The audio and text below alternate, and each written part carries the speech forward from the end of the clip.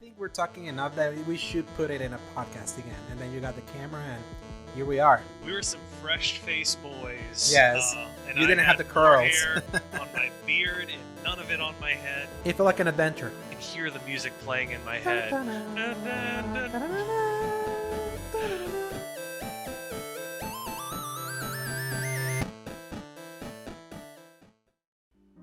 Welcome, ladies and gentlemen, to a new episode of The X Button. I am one of your hosts, Alejandro, and with me is Porkins from The New Hope.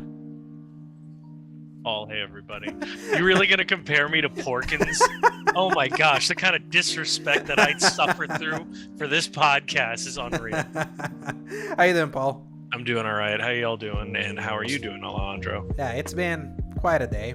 My 102-year-old great-grandma got COVID, so... Oh, shoot. Yeah, so you can imagine how the family is feeling, so... Yeah. Need a little bit of an escape, and it's been just a little busy, just surviving, trying to do errands in torrent of rain. It's been like the amount of rain we've been getting right now. It's like insanity.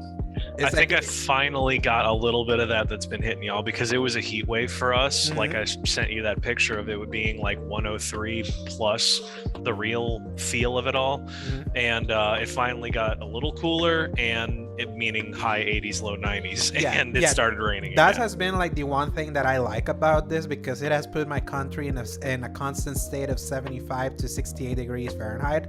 I'll take that any day. Yes. The thing is that I don't think my country is like equipped for the amount of rain that we've been getting, and it's not. Now that I can understand. Yeah, we're not having hurricanes. We're not having anything else other than massive rain, and it's kind of crazy because when it rains, it's like the Noah's flood. That's how hard it comes down. And if you're if you're trying to go outside or in the middle of doing errands when that happens, oof. But people discount just the sheer amount when there's a lot of rain. That's very dangerous because everyone's like, oh, it just goes into the ground. It's like, no, that's not how that works. But yeah, I totally understand what you mean because New Orleans being a bowl, that's and now imagine here it's mountainous. So imagine like all the mess that can happen if it rains too much and there's like what's the word? God damn it, I'm brain farting. I don't know what you're referring to. Like, there's valleys, so I know it's gonna fill up. Yeah, it's not just fill it up, but it's like there's gonna be. I'll just move on. I'm having a break because I know the word in Spanish. Derrumbe, it's what it's called. So everyone that knows Spanish, they know what it is, and maybe that will come. But hey, we're here to escape from messes because this is the X Button Podcast, our gaming podcast that posts every Wednesday from 2 p.m. onwards, God willing, available on the YouTube channel Escape Media, as well as most audio services around the world, Apple Podcasts, Spotify, and the like. You can find links in the RSS feed at anchor.fm/escape-media. If you enjoy our show, give us a like and subscribe. And keep in mind that we'll tell you when we officially move the date of the show. That's still in the works. So, Paul, enough of the real life stuff. Let's enter into the Matrix. Tell me, what have you been playing? Well, from one bad situation to another, I started off with Diablo 3. Yeah. And that is an interesting time capsule for games. And 2012 to 2014. That was during that, like, everything is gonna suck in our worlds completely. I mean, Diablo was kind of doing that already, but when you boot it up and they're just like, yeah, so everyone's dying, all of the dead are rising from the grave now, please help us. And it's fun though. It's also very whimsical, right? Surprisingly, the dialogue, come help us here in New Tristram or something like that. Yeah, it was. It's very like you started a D&D campaign and the setting is really messed up, but everything around it is just like a little bit campy, and I appreciate it because it's just like a little bit of turn your brain off, just like you said when you were burning through them back in the day, which was like a month ago. Yeah. And 3 weeks. I picked the Necromancer for mine because I had a feeling that it was going to allow me to do some really crazy stuff later early on, right? Oh yeah, early on. I was honestly surprised how much I could actually do with it, and it was great. It's addicting, right? I basically turned into the Shadow of War cosplay, where I was just like raising revenants, and I hit the buttons to summon my enemies now as allies, and then I just kind of sat there, and everybody died, It was great. Mm. Unfortunately, that also caused the problem of me kind of like feeling a little overpowered. So I kind of petered out on a little bit. So which led me into the next game that was also on sale Mm-hmm. during this time was Tales of Arise, which you and I got that one, and you have not picked it up yet. Yeah. But so I played through the tutorial area of that. I think I'm supposed to get to like the boss of that first now, zone. quick question, because you played the demo, because I told you to play the demo I did, before we and did I'm that glad decision. you did.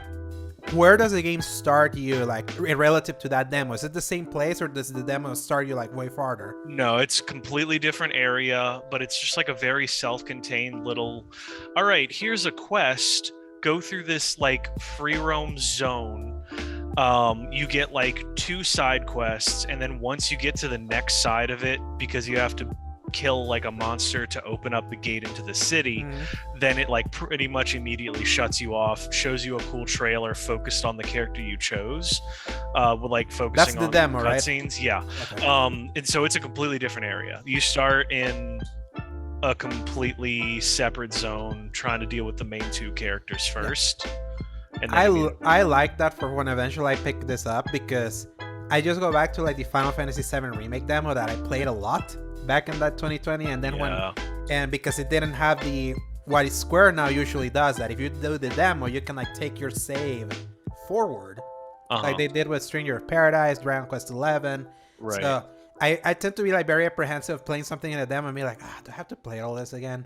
So that makes me excited. Yeah, it's I'm really glad too, because at first I was like, gosh, I'm just gonna like crush through this really fast. I will say, I mean, you still have to deal with a little bit of those frustrating dialogue segments.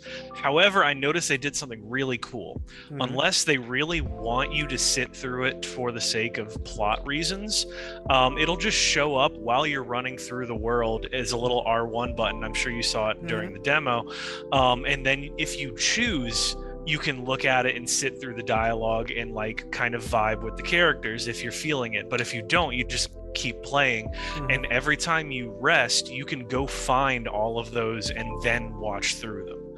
So you like have like a whole system where you can just go through it if you're feeling like listening to a lot of dialogue and exposition. But if you don't have to, if you don't want to, you don't have to, basically. And I really appreciate that, because sometimes I'm just like, I just want to kill some enemies and do some cool combos.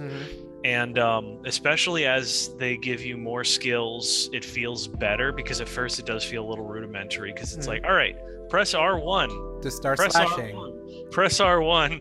You can do one move now, but then the second you get all 3 of those skills that you can switch between, and like I guess the MP to deal with it starts to make a lot more fun, especially more characters gives me more options. But yeah, to me it's like very interesting, like comparing that to like the Final Fantasy VII Remake combat style, because it's surprisingly similar. They're similar, but the way that they are structured, it's so interestingly different, because they're both hack and slashers from a fundamental like surface level. Yeah, moment to moment, it's hack and slash.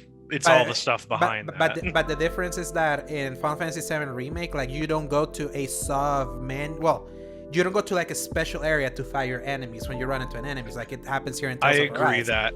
I don't like that they have to open you up into this very generic fighting zone, because I feel like it could have been very easy to just say, hey, just fight in this area. You don't even have to render a whole different zone.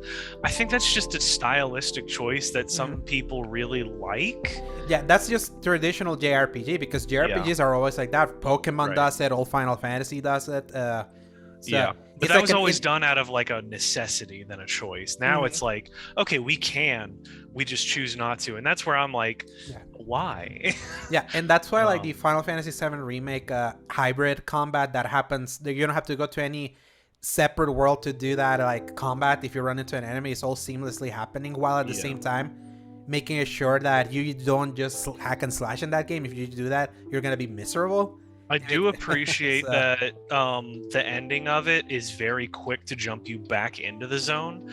So like the second you hit the last enemy and he dies, there's like a quick Kingdom Hearts style, you did it, and then it just flashes you back in. Like there's no wasted time menus and all that stuff that a lot of the old Tales games did, the Persona games did. And that's my thing. Like with Persona, it's always when you finish your combat, you see Joker running, you see all the stats summary, which it's cute, but then after a while, you're like, come on, let me get back to it.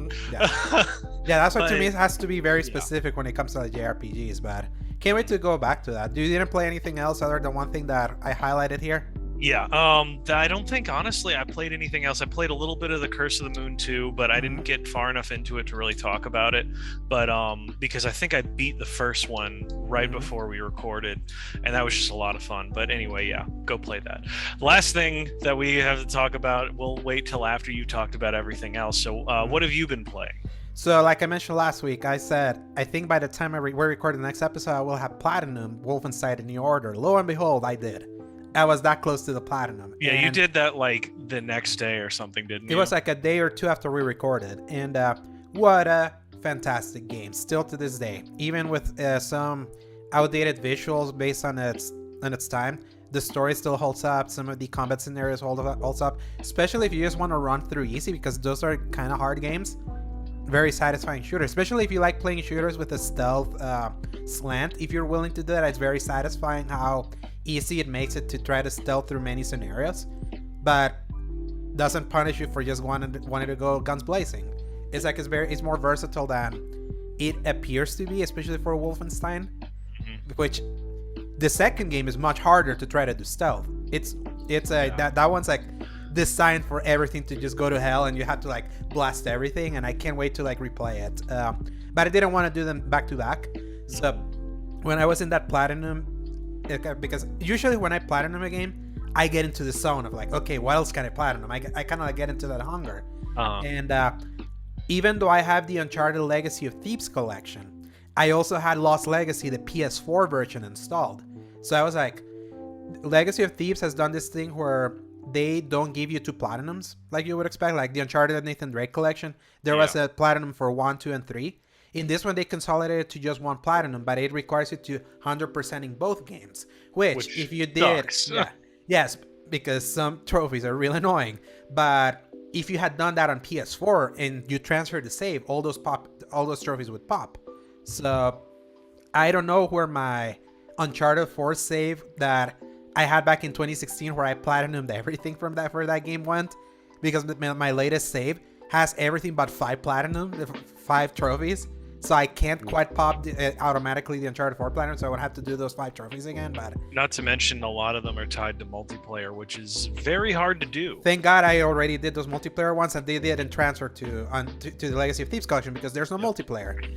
And the multiplayer trophies was just literally play the game, do all this like 10 levels, and that's it.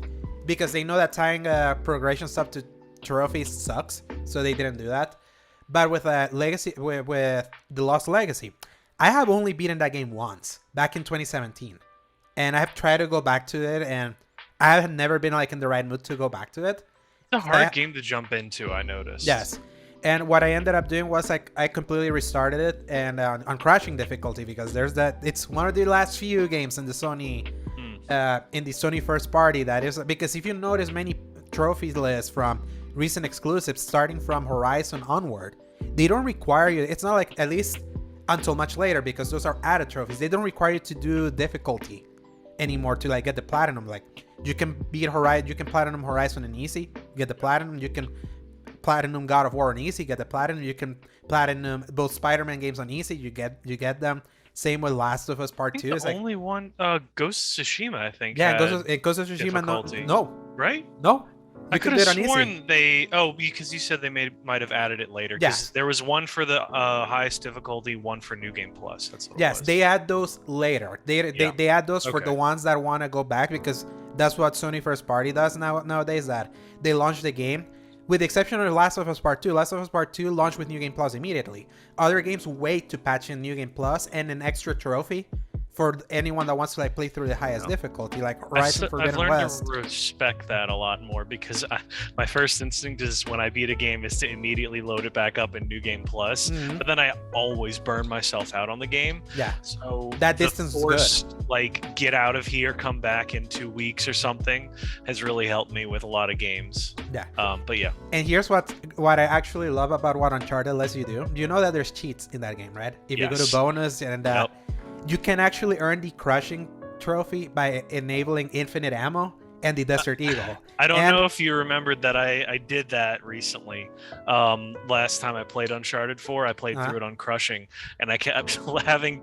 I told myself I made it through the whole game until the very end, and there's a spot where you have to swing off of the mast of a pirate ship, and there's just a million dudes, and I had to spawn in like 5 different RPGs to take care of them. Yes.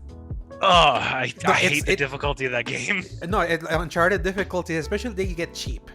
Like there's something about Naughty Dog games when it comes to like high difficulty that just makes you hate them by how cheap it can get with enemies shooting you from everywhere. But there's also something very satisfying with going through the hardest difficulty, enabling lock-on. So where you hold L2 and immediately locking on into enemies and putting infinite ammo in a Desert Eagle and just slam everything. And it makes it so much fun, especially in Lost Legacy that there's many, because that's the most open Uncharted game in a majority. It's the first one that introduces. There's more variety in that one for weapons. Yeah, in gameplay, and not only that, and in gameplay. Oh yeah, that was the one that they used it as an experiment of what would it be like to have a very open place where you can decide where to go. We just give you a map that tells you these are your interest points. Go there, in the 4th chapter, and they evolved that a little bit with Last of Us Part 2. Where when you get to Seattle, they also give you the map. And the only difference is that they don't point you everywhere. You actually uncover it on your own, but it's still a very wide open map, which made it kind of disappointed that was the only part that was that open, because then it became just a more traditional linear game. But I feel the next big game they do, I feel if they're experimenting with open stuff, I think the very next new game they do, not remakes or remasters, it's going to be more open world. But if anything, I think playing through Lost Legacy finally hit the pulse for me for where Uncharted 4 goes wrong for me. I feel Uncharted 4 would have been a much better game had it been a little tighter, because when it's in combat and when it's exciting, Uncharted 4 is just as good as the other ones, especially with the level of spectacle. Come on, the middle section where you're in the Madagascar. When you're being pulled and climbing and going to the car and then ending with the motorcycle. It's Uncharted 4, because there's a little bit more length than usual. There's a lot of walking and climbing, all in service of the dialogue and story, but that makes that game a little harder to just pop back in and play like the other ones that are a little bit, because they're shorter, you get into the exciting stuff quicker. Obviously that was made in service of the story, because I keep saying it, Uncharted 4, not my favorite game from the series, but the best story. That's like, even after Lost Legacy, I think that still stands up. Where Lost Legacy, it's immediately better. It's its length and its pace and spectacle, because it's like a much shorter game and it was priced accordingly. That game is like, I had forgotten that when that game hits you with like the spectacle and all that game's very exciting. The final chapter of that game that mixes the Madagascar chase and the train from Uncharted 2 with PS4 level spectacle. I had forgotten how great and it being the final part of that game ends that game on a spectacle high, and then like mixing Chloe and Nadine beating aside, like while everything's like going crazy. It's great spectacle, and I feel Lost Legacy and 4 complement each other. 4 gives you the story. Lost Legacy, originally DLC that eventually became its own game, gives you the spectacle. So I would recommend, if everyone ever feels like, yeah, I like Uncharted 4, but man, I miss the spectacle from 2 and 3, play Lost Legacy. So, and I finally beat that, and I realized I only have 13 out of 58 trophies of that game. I can't believe there's that many trophies for that game. So I was like, yeah, at least I already got the hardest one go. So there will be some quiet spells coming right now, because there's barely anything right now until like probably August. Maybe then I'll start chipping in to get the 100 collectibles and all the conversations and all the photos and things like try to get 10 stealth kills in a row. So those are annoying trophies, but hey, it's like, I'm glad that I finally beat it in Crushing, and I finally beat it again, because that was always one that was in that 2017, 2018 period where now that I'm revisiting games, kind of like Assassin's Creed Origins, Yeah. I'm like, this is much better than I remember. So it's weird. That was a weird time in my life. That was a weird time for both of us because we were talking about that on our chat, how Mhm. a lot of games that came out during that 2017 and 2018 time really got either a harsh judgment from us or we missed it entirely, Yeah. etc. And now upon revisiting them, we're like, oh, wow, this is actually really good. What Yeah, happened? exactly. So, which is the irony of like this one, Destiny, like, I'll say this with Destiny 2. I reached the point where I don't think I can play more of it. I played a lot of it this season. I'm level 97 on my season pass. I basically have every weapon that I want from it. Like from the Season of the Haunted weapons and the Opulence weapons and even the dungeon weapons. With the exception of the linear fusion rifle, because I know there's a Vorpal weapon roll that makes that thing hit even more than it does. And that would be like a later one of our clanmates. He was like, who wants to do the dungeon? I may do it because I haven't done it in a while, but I think this is the most I played a season like from the very front. Yeah. And because I think they did good gameplay loops for you to like keep playing if you want. It's not just about the story. Now I reached the point where I'm just logging in every Tuesday to get the story dump and bouncing. And I'm enjoying that because I'm actually having more fun playing other stuff. Like I'm Destiny out for like, I can't do it as a live service right now. And I think the story beats are finally ending this week. I think there's something else next week, and then we're into the solstice, which you like the ornament. So I do. Yeah, that is where you have to go back if you want to get that. At least buy them. It's still going to be within the season itself, right? Okay. Because I know I need to go back eventually to get further along in my season because I need to justify getting all the stuff from it that I purchased. So, yeah, it's going to be a slow process because I really got burnt out with that whole going to the Leviathan ship and going through that. And I'll say this, like, I feel Bungie needs to rethink what the main objective of when you log in every Tuesday should be. It having to always be go to the Helm, then go to the Leviathan to get 100% on the Nightmare containments, because everything like revolves around Nightmare containments and they don't change. The only thing that changes is the boss every week. That makes it more tiring. The dungeon, I think they did it right because it's very combat focused, not many puzzles. And it has really great loot. I think that's what can get you back. Like, that's the kind of loop that makes it more satisfying. Not something that's like too puzzle oriented, that there's a lot of combat, because what's the best thing that Destiny does? Combat. So, I mean, usually my Tuesday run through is doing the strikes 3 times, doing the nightfalls twice, and then almost immediately bouncing unless I have anybody for the dungeon. And that's about it. So I don't even do that. I no longer do the pinnacles from that because I'm so like, I have reached the point where it's kind of, and because I'm gonna say that about this other game also. I have reached the point where the activities are in Crucible, Gambit, and Strikes. I have played that so many times over the last 5 years. I don't think I can do it anymore. Like, I can't. Yeah, especially not Crucible and Gambit. Yeah, it's because Crucible just recently got a PvP map, which is not that good. Gambit has got nothing, and the strikes, like the main strike playlist, it's like so easy right now because of how powerful we are that you just kind of blast through it. That I can so easily turn my brain off and just stand in the middle of enemies. And I kind of wish they could like remix how you go through each. Imagine if you could go in a strike backwards instead of just being the exact same thing. Like if with you mentioned Diablo 3. Diablo 3 does something later in the late game called rifts that are basically procedurally generated and repeatable content.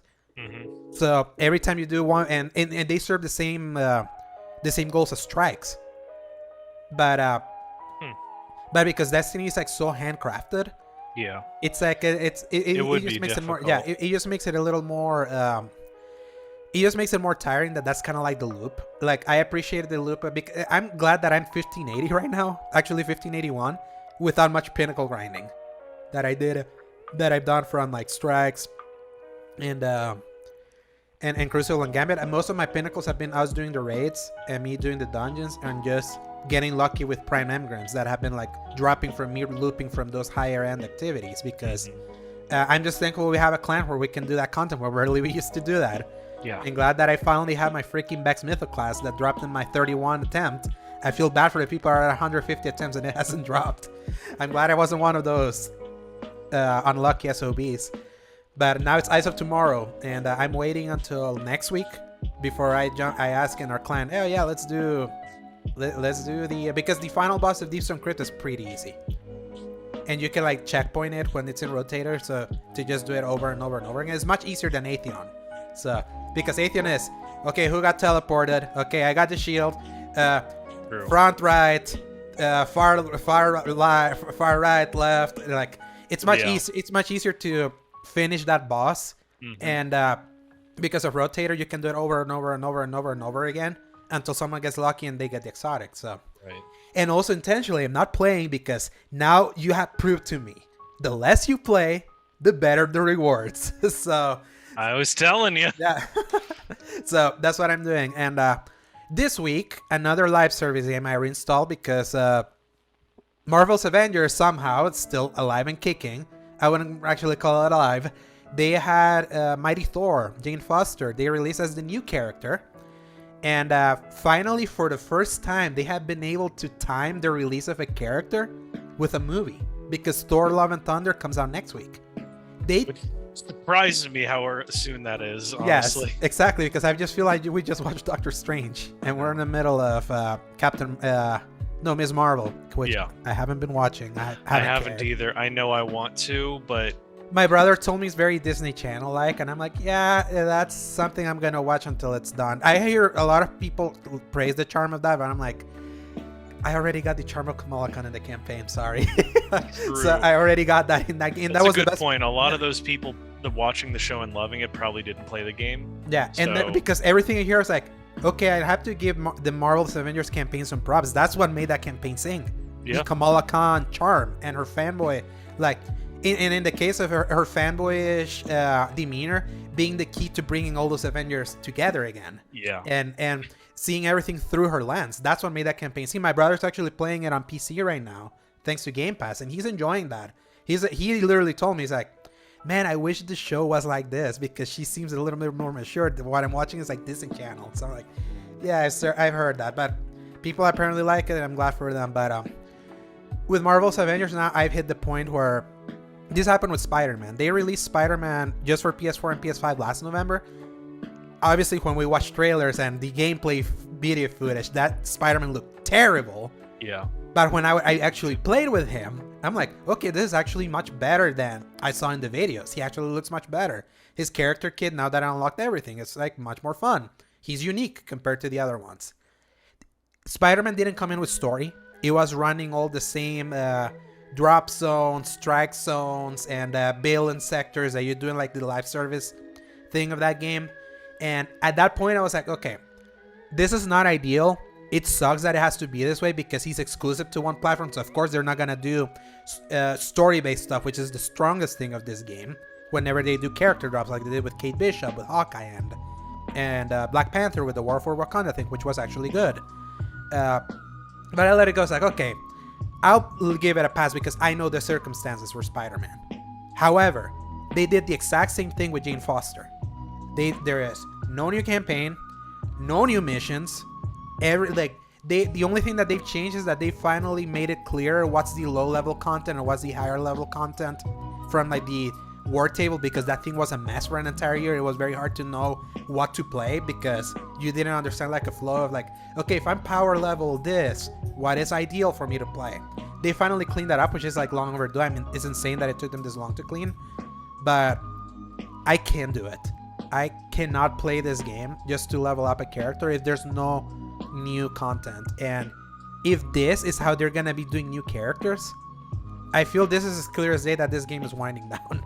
And I think Paul Tassi from Forbes, he put it clear today. He's like, it's clear that right now what the Avengers game has become is like a commercial for the MCU movies because it's like now they've finally synergized putting out a character next to like a big MCU thing.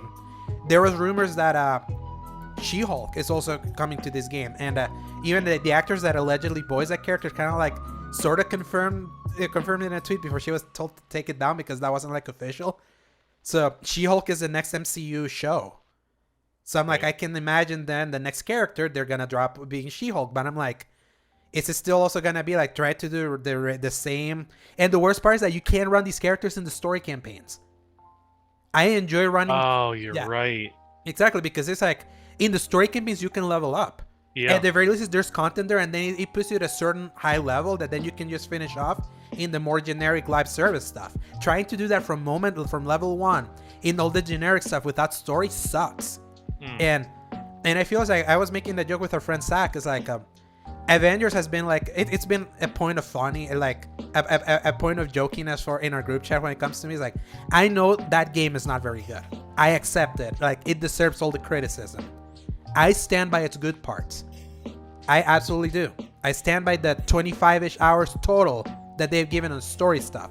That's where the Crystal Dynamics strengths, even though obviously they do better with Tomb Raider, that's where their strengths lie. They don't lie in repeatable live service content, because that's where the game is broken AF. It doesn't make any sense. It's like the combat sucks there, because that's when the enemies are at its most spongy. I always say the combat of this game is really fun when you find a character where you can like start chaining combos in a way that reminds you of Street Fighter / DMC and all of that, like you found with Black Widow.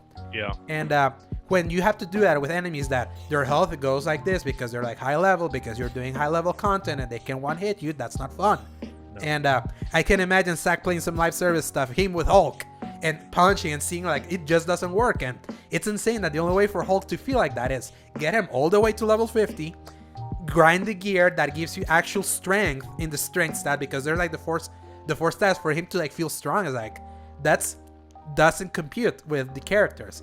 And it's in the campaign where the power level doesn't matter.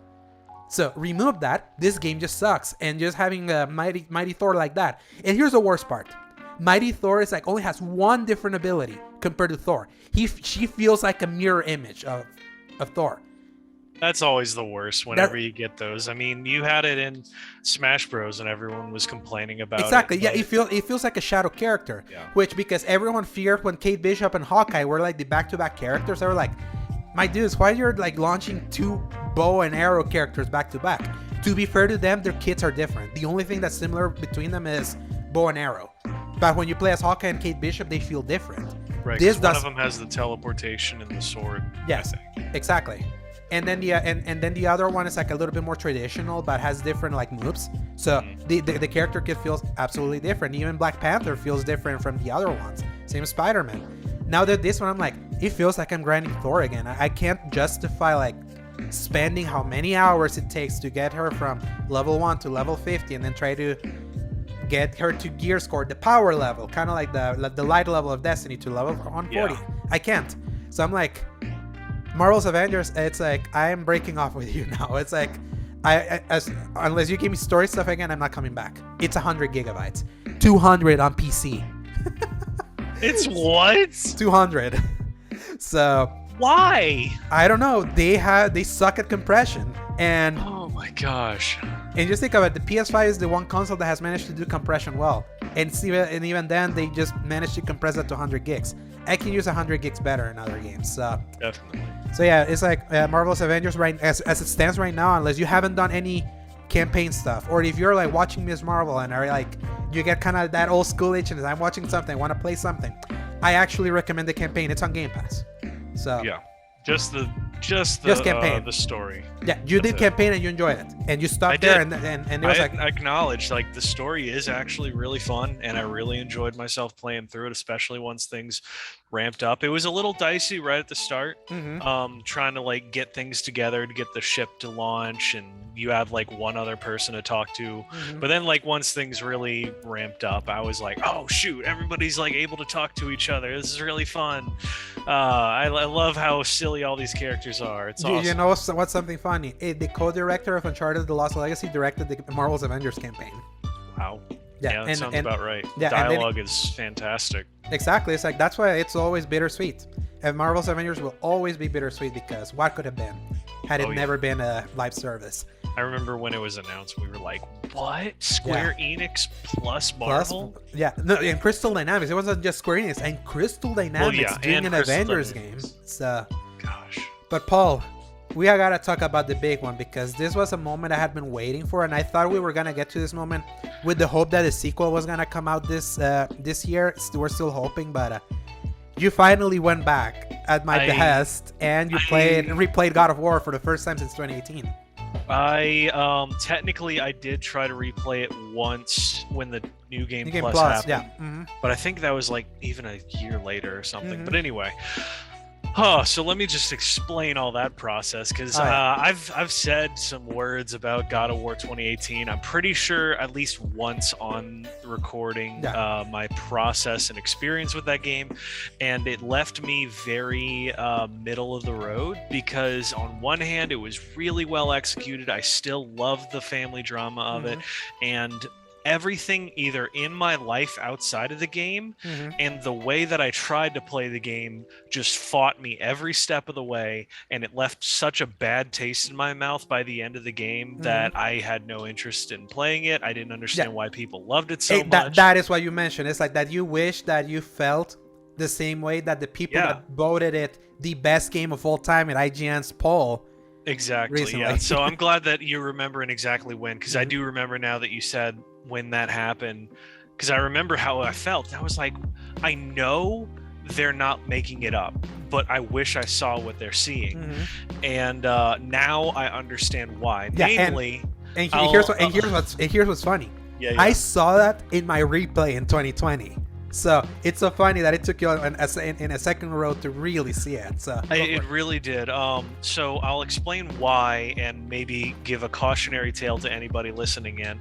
So at that time, I was playing a lot of games. I had just graduated college, and I had just met my soon-to-be wife, or now wife, basically. And I had a lot of crap going on in my life, including a really terrible roommate that was apparently being hunted down by parole officers that I didn't know until way later on. So that's another story of time. But just that gives you enough context for why there was a little bit of disconnect in my ability to enjoy a video game at the time. So I did that, and I was playing so many other games that I was doing really well, beating a lot of games on normal, whatever. So I started playing games on hard at the start, because it's a tough thing to hit that wall, and then you push through and you feel a lot better about it. And it's like you're just playing everything on Dark Souls mode anyway. Unfortunately, only later did I find out how notorious the jump between normal and hard it is on God of War 2018. And that was one of the main reasons, because I couldn't get past like the first enemy for like 10 times, and then I got very little damage that you did in hard, and then you get surrounded by 3. I'm like swinging my axe all over the place. This is the first enemy. Why is this such a pain? And I realized they should have just locked those last difficulties behind playing the game first, because it's like, unless you know how to play the game, it's just not even fun. Like some games you can just kind of bumble through on hard and just kind of oh, it's tough, but I'm enjoying myself, and that's not one of them. If you notice, especially like the Dark Souls comparison, yes, obviously those games are very hard when you start, and eventually you get so good at them without the game having to give you a difficulty option that then you trivialize them. At no point, even in those hard games, does enemies take more than 2 hits to kill early on. Yeah, especially the basic enemies, which is what I'm used to. Even Devil May Cry at the first, some of the harder difficulties, they still move so slowly that they're not even a threat. They're just a sword sponge until you can get things together. In God of War, that's not the case. Anyway, so that was one of the problems that I was having trouble with. The other is that the menus weren't allowing me to understand how to really blend things in the right way, how the stats and the strength, luck, runic, cooldowns. I didn't even understand how the runic lined up in certain things until way later on.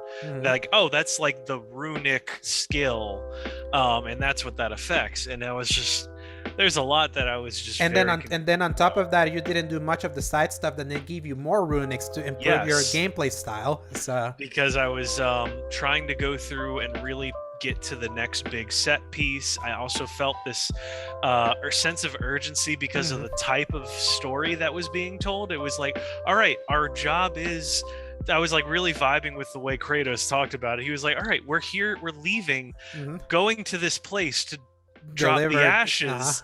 That's all we're here for. We're not here to do all this other crap. So I was just like, okay, well, I'll just do that and I'll come back for everything else later. I didn't realize until like playing through this game that I was like, okay, well, I see the game now. Like, it tells you one thing, but then gives an excuse. Like, quick dialogue moments right after you finish a big mission, they're like, hey, so this thing happened. Maybe we should go check that out. And then they're like, or we can go to this next thing. And I was like, next thing it is, let's go.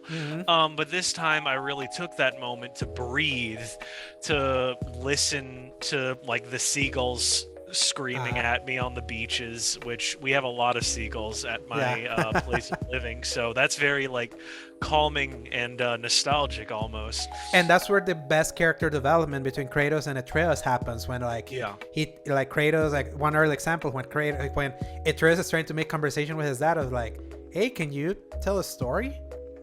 And then he tells the story of the fable of the hare and the turtle. and then Atreus the hare is like, was overconfident. The tortoise was disciplined. The tortoise wins. And then Atreus is like, yeah, I can see you never told a story. You're not a very good storyteller. And then when you get Mimir. Yeah, and then Mimir telling his stories, which back to the story that you told just now, was at the end of the game, Atreus makes a mention of that random throwaway line where he's like, whoa, you actually told a good story. And that was like, also, gosh, I'm gonna tell you real quick, like, I guess sort of spoilers for God of War, obviously. It's been 4 years, so like I'm going to try not to say too much about it, but I'm going to give you a perspective on how out of it I was playing this game. I didn't remember who Tyr was at all for the trailer of the next game coming out, because I didn't remember that they talked about him throughout like the entirety of the storyline. Yeah, and how you were basically almost following his same footsteps. Yeah, and I was watching people react to the God of War Ragnarok trailer, and they're like, oh, is this going to be Tyr? And I was like, who? What? Who is this? Why does he matter? Oh, man. But then, like, hearing that they were setting up so much world building through the dialogue and actually listening to it was so interesting, because it's diegetic. That means it's like it's happening while you can do other stuff. You're not forced to sit there. Unless you really want. Unless you want, yeah, which I did several times, because I've noticed that sometimes it, takes a little long for Mimir to finish a story before you get to your next place. I would sit in my boat until he finished, because he was so compelling, because he's such a great storyteller. Now, sometimes I think they might have patched it so that whenever I got out, usually he'll cut you off immediately and be like, I'll tell you later. That was from the beginning. He always stopped. Yes, and by the time you got back to the boat, he would continue his story. Well, yeah, but I noticed that as long as I didn't get too far into whatever it was, he would continue to tell the story as I got out of the boat, and I would continue walking. And it was only when I either got into combat or something that they had to mention to me, like it was like, hey, look, there's a thing over there. Then he would cut himself off. Yeah, maybe we should like go up those stairs. Maybe we should like drop that vase or something like that. Right. And that was really helpful to me, because I was like, especially when I would get lost, I'd start running the wrong way, and Atreus would be like, that's the other way. And I was like, oh yeah, okay, good. And of course Kratos is like, do not question me, boy. And I'm like, yep, I'm gonna go totally turn back around and take care of this. Their relationship is so fascinating, because Kratos is such an asshole earlier on, and he just like, again, like the one thing that this game does so much better than the previous God of War, because the big criticism towards Kratos in the PS2 and the PS3 games was that he was very angry and one-dimensional, which was like conducive to the kinds of games there were where he was just a murder machine. And seeing the remnants of that life and him evolving through this story into someone that's a little bit more tender while still being gruff is like, it's such a great evolution for a character that was almost before known as just like the complete one-dimensional jackass. People have explained why he works so well and ways better than I ever could. But I appreciate, as somebody who did finally go through and play like the collection, to see exactly that kind of man, how terrible of a person he was, and then to use that as the foundation for his backstory now. So it's like, you don't need to know to enjoy God of War 2018, but if you did, every single thing he says hits so hard because you can know exactly who he was and why he's holding back. Yes, and like the deep struggle, like, you know, he's boiling beneath the surface so many times, but that moment of like hesitation, the sigh, the calm voice that comes out afterwards. And I think there was one moment, like, he rarely like loses his actual temper, and or even more so get actually emotional, and there's a spot right at the end after the final boss, and he's telling the truth to Atreus finally, and I remember the phrase because it just happened to me last night, and he said, like, I killed many who were deserving, and he pauses, and in the first time I hear Christopher Judge's voice crack, and like he breaks with emotion, and he goes, and many who were not. And I was like, oh, it just, oh, you know, it's like there's a depth to it that doesn't need to be said, and I can never really describe that to people, but when you see a cut scene in that game, you know, and you understand. There's so much that you can infer from the silence and just little game just being. It's like it's so artful, right? It's like how it mixes its music, its cinematography, expression, and everything, because you know what he's thinking. Expression, especially, like, his eyes talk so much for a character that doesn't speak that often, and I'm so glad we've gotten to this point. And once again, style versus realism, where everybody looks really real, but there is still a style very specifically put into it, and especially like Kratos's eyes, like, you can see like the wrinkles, the bags under it and everything, but there's such a light in those bright golden eyes that he has, that he does a lot of acting through that, and like, you couldn't do that back in the day. So I appreciate the subtlety that's allowed now in computer generated graphics. Yes, and not only that, that performance shines the highest in the big moment in the middle of the game. Yeah, like when you have to go back home and get the things.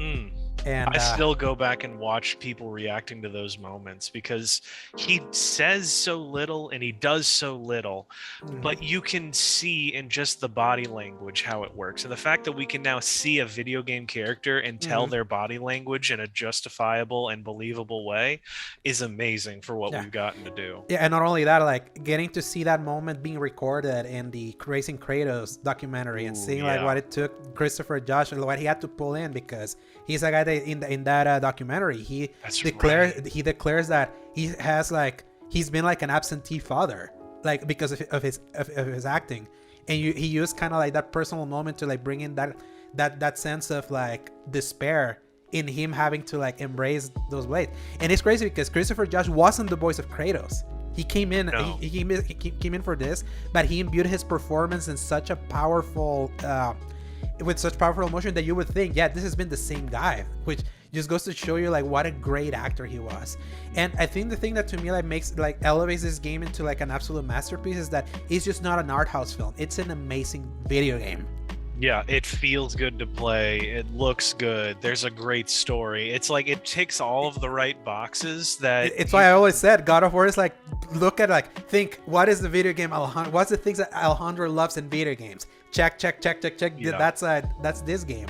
And you're currently like, you beat it yesterday. I'm still like, God of War is always this game where I always wanted to 100% runs. I can't just do the main. I like doing the side quests because it just textures everything. It's like everything is so seamless. It feels a lot stronger. It's like if you took Uncharted 4, but instead of it being only the storyline, if there was like parts of that were sidelines, like if you took the Scotland section and it was like that was a side area where it adds context but it's not required or something like that.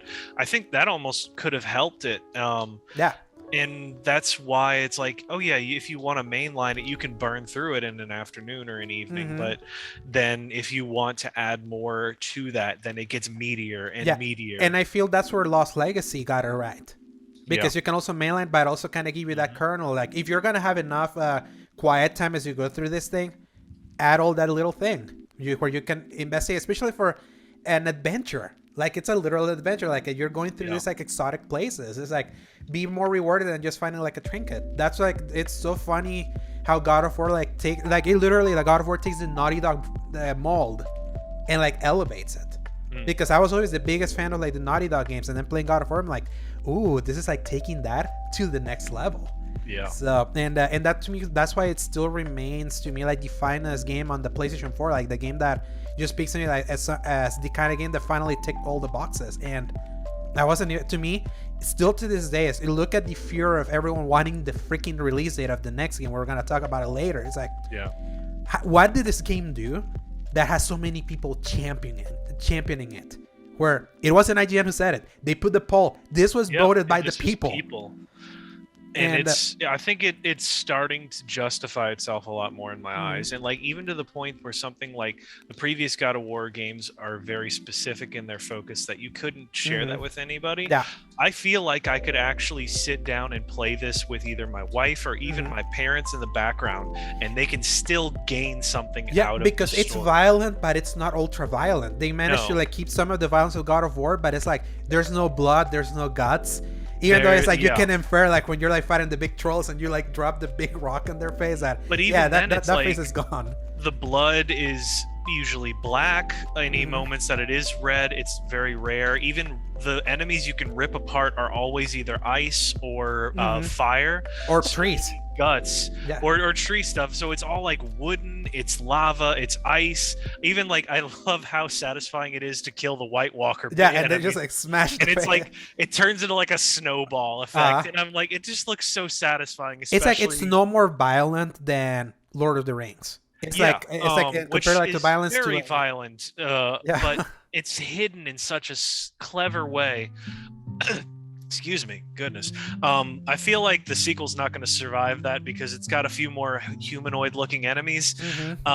But I thought it was such an interesting choice that the only human enemies you fight are very early in the game. Yeah, and they're so quickly to kill. Very specifically, like I even tried to do finishers on them, and it doesn't let you.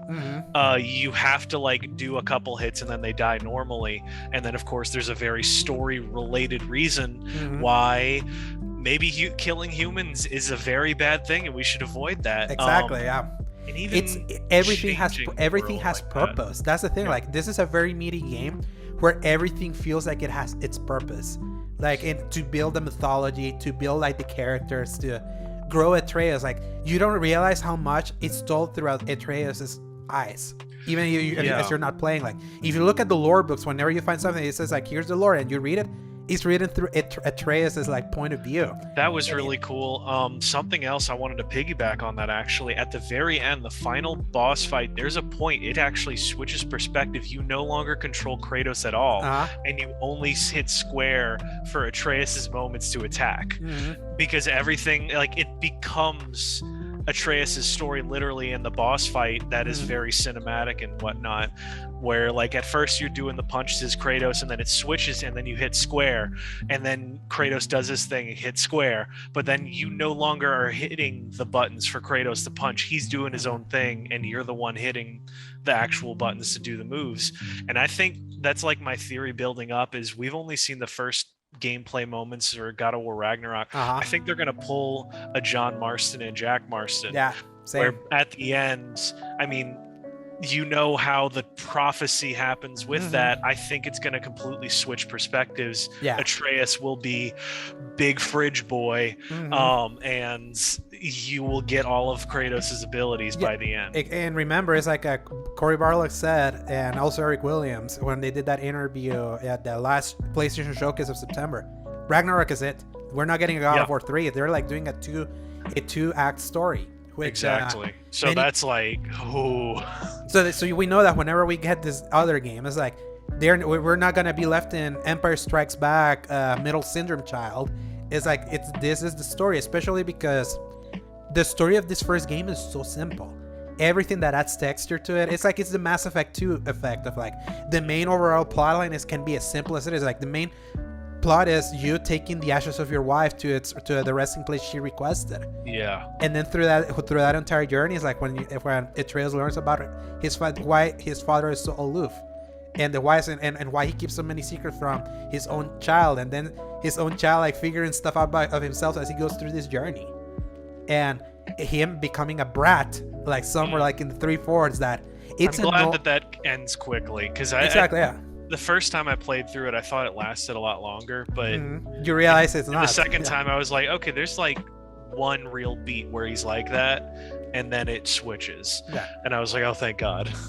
And I would say, like, even though this game doesn't have the spectacle of God of War 3, because God of War 3 is like balls to the like that game literally starts with the Titans charging Mount Olympus, and you're like in Gaia and seeing like this massive scale. It's like this God of War is definitely more restrained, and the people that play God of War specifically for the spectacle, I can see why like this one will leave them cold, but they made it clear like this is different, while at the same time through a new perspective, giving you scale. The fight with the dragon, like you falling down and trying to climb the dragon when the stranger reappears again. The final battle with the revived Titan, with the revived giant, and then having the serpent kind of like join in. You finding the serpent and realizing it's not going to be a boss fight, but that's kind of like something that helps you. It's like, it's a nice it's like, you know how people are like subversion of expectations? This is the right way to do it, because this is not subverting your expectation and tell you the old way was wrong. This is just a subversion of expectation of this is how you can see this through a different perspective, and not exactly how you remember it, but it still has the trademarks. So. It had its moments, and I really appreciate those. I mean, like the dragon fights, the actual storyline dragon fight, and then the final boss just going freaking nuts with some of that stuff. I appreciated it. I wish there was a little bit more than all right, one of you is on top of the other, hold to block or hit the punch, and that was like the whole boss fight. And then they did that like 4 times during that same boss, and also like more boss variety would be nice in Ragnarok. There's like way too many trolls, and obviously you got the stranger, you got the 2 sons from Thor that are Troy Baker and Nolan North, by the way. And then that was what? Yeah. Oh wow, that's really funny. I didn't even connect that.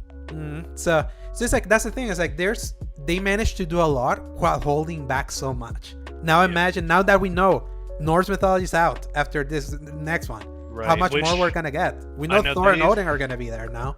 They've said that this is the Norse saga, so I mean theoretically they could keep it going, but if they take out Kratos during this one, it's like that's a real, I don't know, it's going to be tricky to let us switch to Atreus fully. And this is what's also interesting, because if you remember in God of War 3, you die. Kratos stabs himself. Really established how he survived. I've just kind of accepted that like he's a god and he didn't quite manage to kill himself. Or somebody. There's a comic that finally like connects that. I haven't read it. They posted it like 1 or 2 years after, so the explanation it's out there, but I'm glad it's not bogged down, because even though this was a sequel, this is kind of like the right kind of requel. Like the same, there's like new people can jump right here. The people that played before are gonna have extra context, which helps, because I don't think I could recommend the old God of War games to a lot of people. No, especially if they're fun brawlers, they're fun like button mashers, but it's like there's nudity, there's like you tear enemies, especially degenerate stuff. Especially with 3 and Ascension. That's why, because now we've got HD.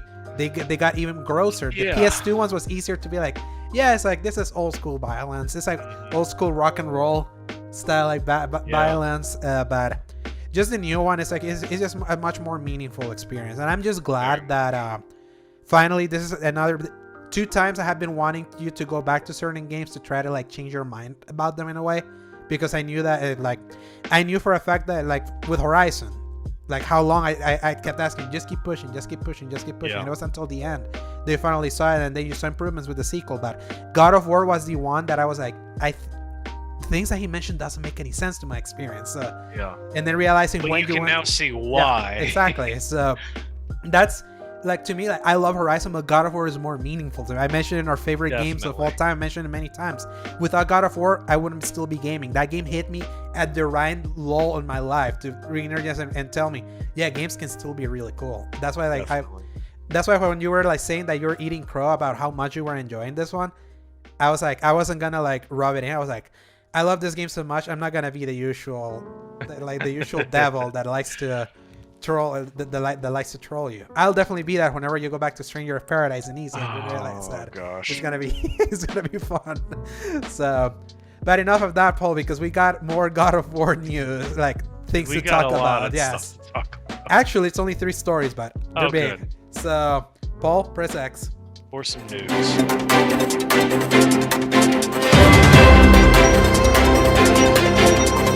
All right, Paul.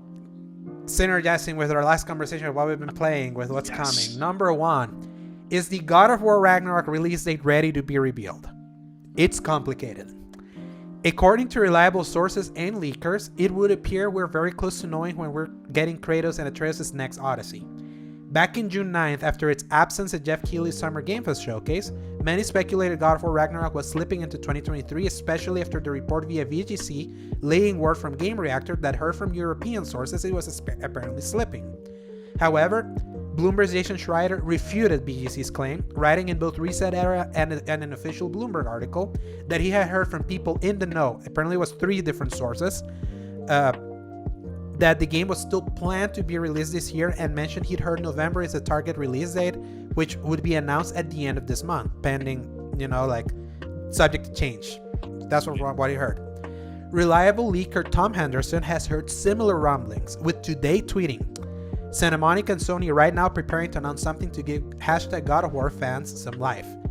Collect the hint, and then he tweeted, collect the hints out there and you can piece together what will be announced soon. Adding extra fuel to the fire is that the new Twitter account, @insider_WTF, known as The Snitch, where 5 days ago he tweeted a God of War gif riffing on the famous Robert Redford zoom-in gif. It's like this gif that looks like Zach Galifianakis, like a weird one that zooms in and then he like nods. That apparently is Robert Redford. Yeah, where he inserted the numbers 11110, which people deciphered as binary code for 30. And to add to the Snitch credibility, he has leaked over the last month so many things that have turned out to be correct, including the entire rundown of Sony's latest state of play, Hideo Kojima's new game Overdose, The Last of Us Part 1's release date, Hollow Knight Silksong being a day 1 Game Pass game, Persona 3, 4, and 5 coming to Xbox, Crisis Core Final Fantasy VII being a multi-platform release, and most recently the existence of Pac-Man World Remake recently revealed in the recent Nintendo Direct Mini. Cory Barlog, after disappearing from Twitter back in March 15th of this year, came back recently and has been doing very cryptic tweets since his return, all definitively in jest based on furor around God of War Ragnarok's potential release date chatter. However, today he tweets, "Dear all, if it were up to me, I would share all the information when I know about it. But it is not up to me, so please be patient. I promise things will be shared at the earliest possible moment they can be. We make games for you. We get to make games because of you." Heart emoticon. With all this information laid out, is June 30th gonna be when we learn about this game's release? Just for people know, we're recording on June 29th and also posting on the 29th. That's on Thursday. So, Paul, I haven't gone down the rabbit hole since last year. Obviously, last year I went on that unfortunate rabbit hole for a game that wasn't even a game. In a lull period after Summer Game Fest /E3. I'm going down this rabbit hole, but the difference is that this is a game that exists. And we do know that. Yes. Honestly, his last comment has me a little bit worried. Exactly. Yeah, that's the one that is like that complicates the narrative here. Yeah, because at first it was like he was being very coy about it. It seemed very like he was confident about the release window, and this one was like, please be patient, guys. Yeah. And I was like, and back in whenever they celebrated the 4-year anniversary of the 2018 game, when he made that video, he kind of said something similar. So I hope so. Yeah. I know I want them to be happy about it. Mm-hmm. Part of me thinks that they're holding off saying it because they just want to have a few extra days of quiet before they unleash the internet on themselves. Yeah. if they do say it's 2023, because they know they've caused this and created this. Yeah, it's like there's so many ways to like tackle this, and like what it all can mean right now. There's so much pressure of people wanting to know this because this is the last announced thing from Sony that we know is like imminent. Yeah. From like that, from 2020 to 2021, when they did all the announcements, from the very reveal of the PS5 to now, almost all of those games are out, literally.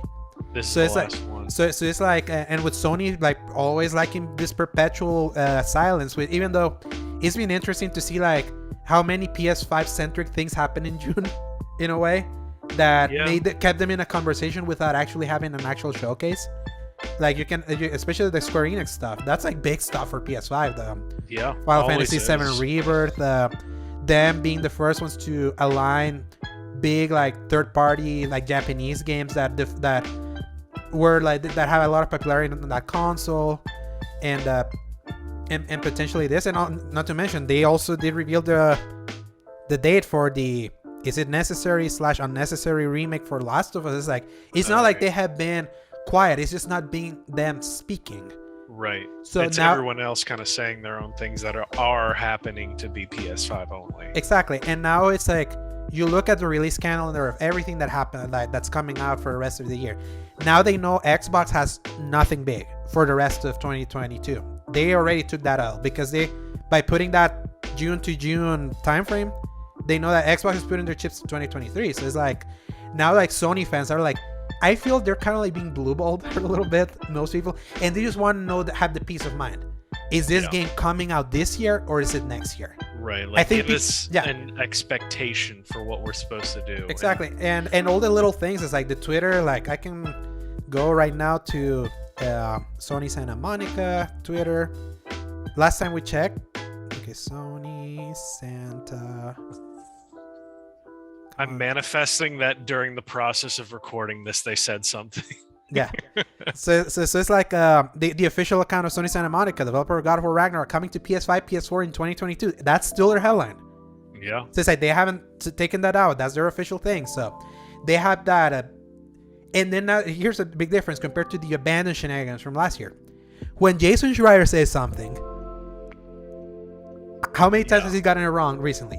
Almost never. Yeah, almost never. That's if there ever is, it's like they're off by a day or something. And like everybody else talking about stuff, there's so much back and forth that makes sense about this coming out in 2022 that it's like it feels like they would have to shift very quickly to kind of like course correct, unless they're building up for a lot of changes all at once to change the Twitter handle, all of the posts they've made, any videos that they've talked about it.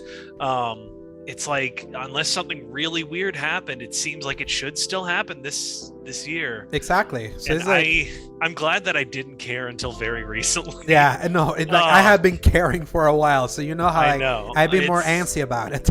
Because I got my Horizon came out, and who was the one that reported that Horizon was delayed last year? Jason Schreier.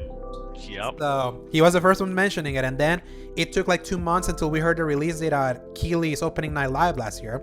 Remember when we watched that with Zach last year? I mentioned, he was like, "Oh, if they're saying this now, Sony's not gonna have an event because they gave their big game away to be told." And then we got the showcase a month after you were safe from the hurricane. So now this is like, usually Schreier is the bearer of bad news. It's like, yeah, that got delayed. He also reported the delay for Suicide Squad. He was the first one saying it. And I don't know where these guys get their information from. This is amazing. That's the thing. An actual journalist, you dig in. You dig in deep. You protect your sources. You source yourself well. So, Tom Henderson, this has been another leaker. We've gotten many, like recently he had leaked about the hardware that Sony was going to be revealing. And yesterday we got the monitors, the in-zone monitors. Tom Henderson leaked that was happening. And he has leaked other stuff like for Battlefield, like Call of Duty, and a bunch of stuff. So he's one, when he says something, I know that he's well sourced. Yeah. Like there's this guy, this supposedly leaker that's called Geronimo73, this Roberto Serrano. I don't know. I tweeted this guy that he has said that he had heard Elden Ring DLC and the God of War Ragnarok release date was going to be at Summer Game Fest Showcase. then Keely just tweeted, "Better luck next time." Yeah, really. This entire week, that dude has literally been saying, "Today they're gonna announce when the God of War event is. It's gonna happen." And then it was like, "Oh well, it's gonna happen tomorrow. It's gonna happen." Oh no! And then the next day, now this is the moment it's happening. No, it's not happening. And he texts PlayStation. What the heck? It's like, those are the kind of like insiders that you ignore because you know that they're just cloud chasing. Yeah. This snitch though, this like snitch Twitter, everything he's leaked, it's incredible. Everything he's leaked has hit, and everyone thinks this guy actually works for YouTube. That he sees like the videos like that. Sometimes you know how many people like to private videos like in the backend before they go live for them to be ready at a certain point. People are like theorizing that this snitch guy is like actually a YouTube employee that's leaking stuff because it has to be uploaded. Exactly. So, and the fact that and the fact that everything he said here has like been exactly that. He hasn't like missed. So it's like, and him mentioning that is like, okay, Schreier says end of the month. He put binary code that basically 30. The end of the month of this month is June 30th. Yeah. And then Tom Henderson is like, I've heard some stuff. So it's like, okay, the people that have gotten it right are saying this. So unless Sony delays for out of spite, it's like, we'll see tomorrow. It's like, Corey did like respond to like a tweet that mentioned something. It's like, okay, if this doesn't happen on the 30th, don't take it on Sony Santa Monica. And I do agree with that because this is not Sony Santa Monica saying this. However, why did Corey decide to come back to Twitter now? Yeah, that's another one for me. He like left for a reason. He was like dead quiet. That account was like disabled for a little bit, and then he decided to come back and now putting all these gifs of like Ryan Reynolds doing like wings, doing that funny God of War tweets also. So it's like, I think there's something now, and they wouldn't be in this position if at least Sony would at least tell you, hey, we're having an actual event where we're gonna talk about stuff. Here, this is why this happens. I think this is kind of why I always say that I hate this current Sony that loves this perpetual silence, and they're being rewarded with their silence by the PS5 still selling like relatively well. You know, you bring up actually a good point, because the Sony treats the world like they're not in the kind of world we're in right now, where it's like, oh, we're going to be silent and that'll reward people when the big moments happen. However, all that's happening is they're silent and then other people do the digging to find leaks, which takes all of the fun away from the big reveals. So it's like, I didn't even think about it until the way you kind of said it just now, where it's like, we just can't have that quiet, like aloof big company like that anymore. They have to be a certain level of communication, almost to the point where like people won't try to find things out. Or unless it's them leaking it themselves, like what happened with Last of Us. Yeah, or it's that happening, which you just can't avoid some of those things. Not with this kind of world, but that's why I said, like, I just wish like Sony would understand that if they were a little bit more upfront of when we could hear news from them instead of like the random drops. It's like, we wouldn't be in this situation if they knew, like, if they made it clear, hey, every September from here on out, you can expect us. People wouldn't be like fishing for stuff. Right now they're fishing over the final big game that they know is coming before Spider-Man, because with Spider-Man immediately they were like 2023. So everyone knows not to expect that. But God of War, they immediately said, this is a 2021 game, remember? This was supposed to come out last year. That's what messes me up the most about like how long this has been in development like this. And this is one of like the biggest developing companies like this with just infinite resources, it seems. And one that has the goodwill of the people. I don't feel like we're like, look what happened. One of the few. Like, for example, like Naughty Dog is always considered the like cream of the crop studio from Sony, because they usually release very high quality games that review well, get Game of the Year awards and all of that, and many games within the same generation. And right now, like Insomniac is like, now they're like, Insomniac is doing that tenfold. Look how many games they already announced and put out and are coming. Like Insomniac will have like 5 games within the PS5. And not only that, then Naughty Dog, unfortunately, is like, again, like I absolutely love Last of Us Part 2.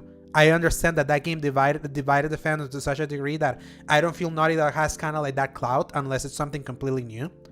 And Definitely. that's kind of like the tale will be told when Last of Us Part 1 comes out, and we'll see what the fervor is around that. Obviously, right now, the fact that it's a $70 remake, that's kind of like the conversation about it, and be like, do we need this after remastered? So it's not like you see Naughty Dog being like, Naughty Dog, while Sony Santa Monica's like, people are still like in their back, like they're championing these guys. Yeah.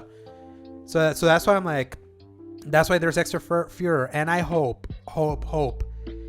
If you have to delay it, I don't care. That's the thing. Like, I'm gonna play this game whether it comes out this year or if it's delayed to next year. I had to like swallow the sadness when Horizon that happened to Horizon in 2021, because I knew that there was a chance that it was gonna get buried again, and lo and behold, it happened. If Horizon Forbidden West had been a 2021 game, that would have like sweet game of the year, I tell you.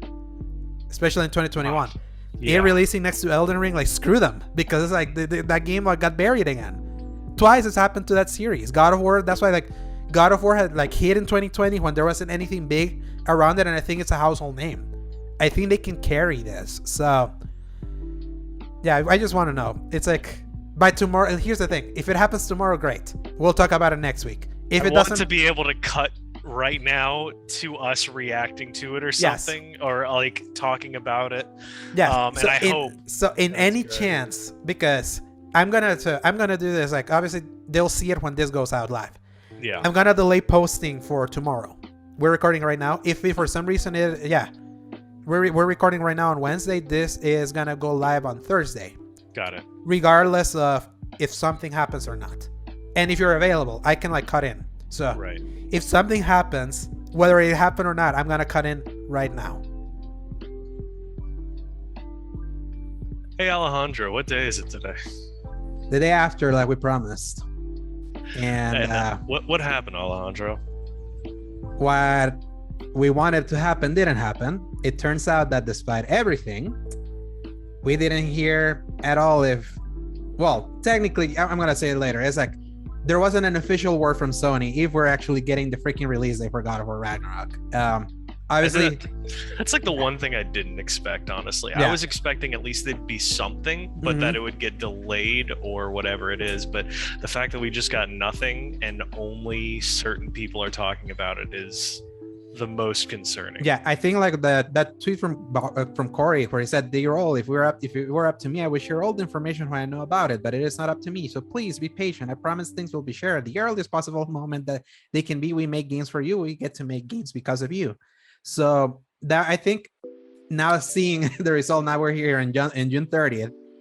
He was coming ahead of it just to be like, "Hey, dudes, we know there's like reliable sources saying that there's something coming that day. Just be patient. It's not happening."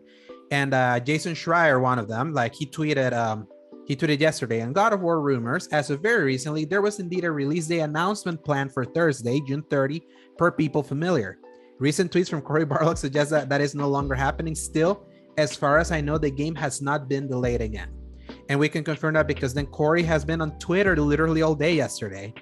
So when he was just posting how just a random tweet, someone tweeted at him, "Why wouldn't you all just go on and tell us the Ragnarok is delayed so that we can move on and plan the rest of the year seriously? This is getting frustrating." And then he answered, "Because it's not."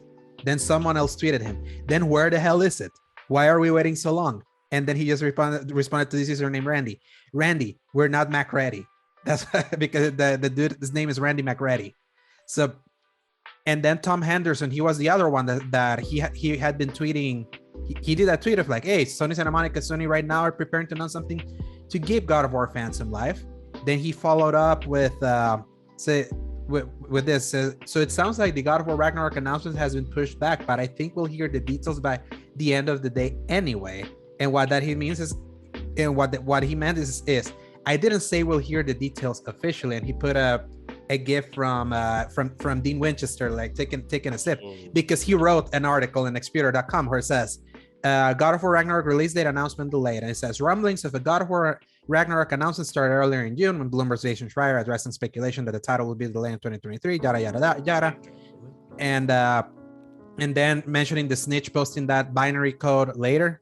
And then he writes, it's understood that this announcement was still the plan until just yesterday, with Sony announcing the release date of the game in addition to the God of War Collector's Edition.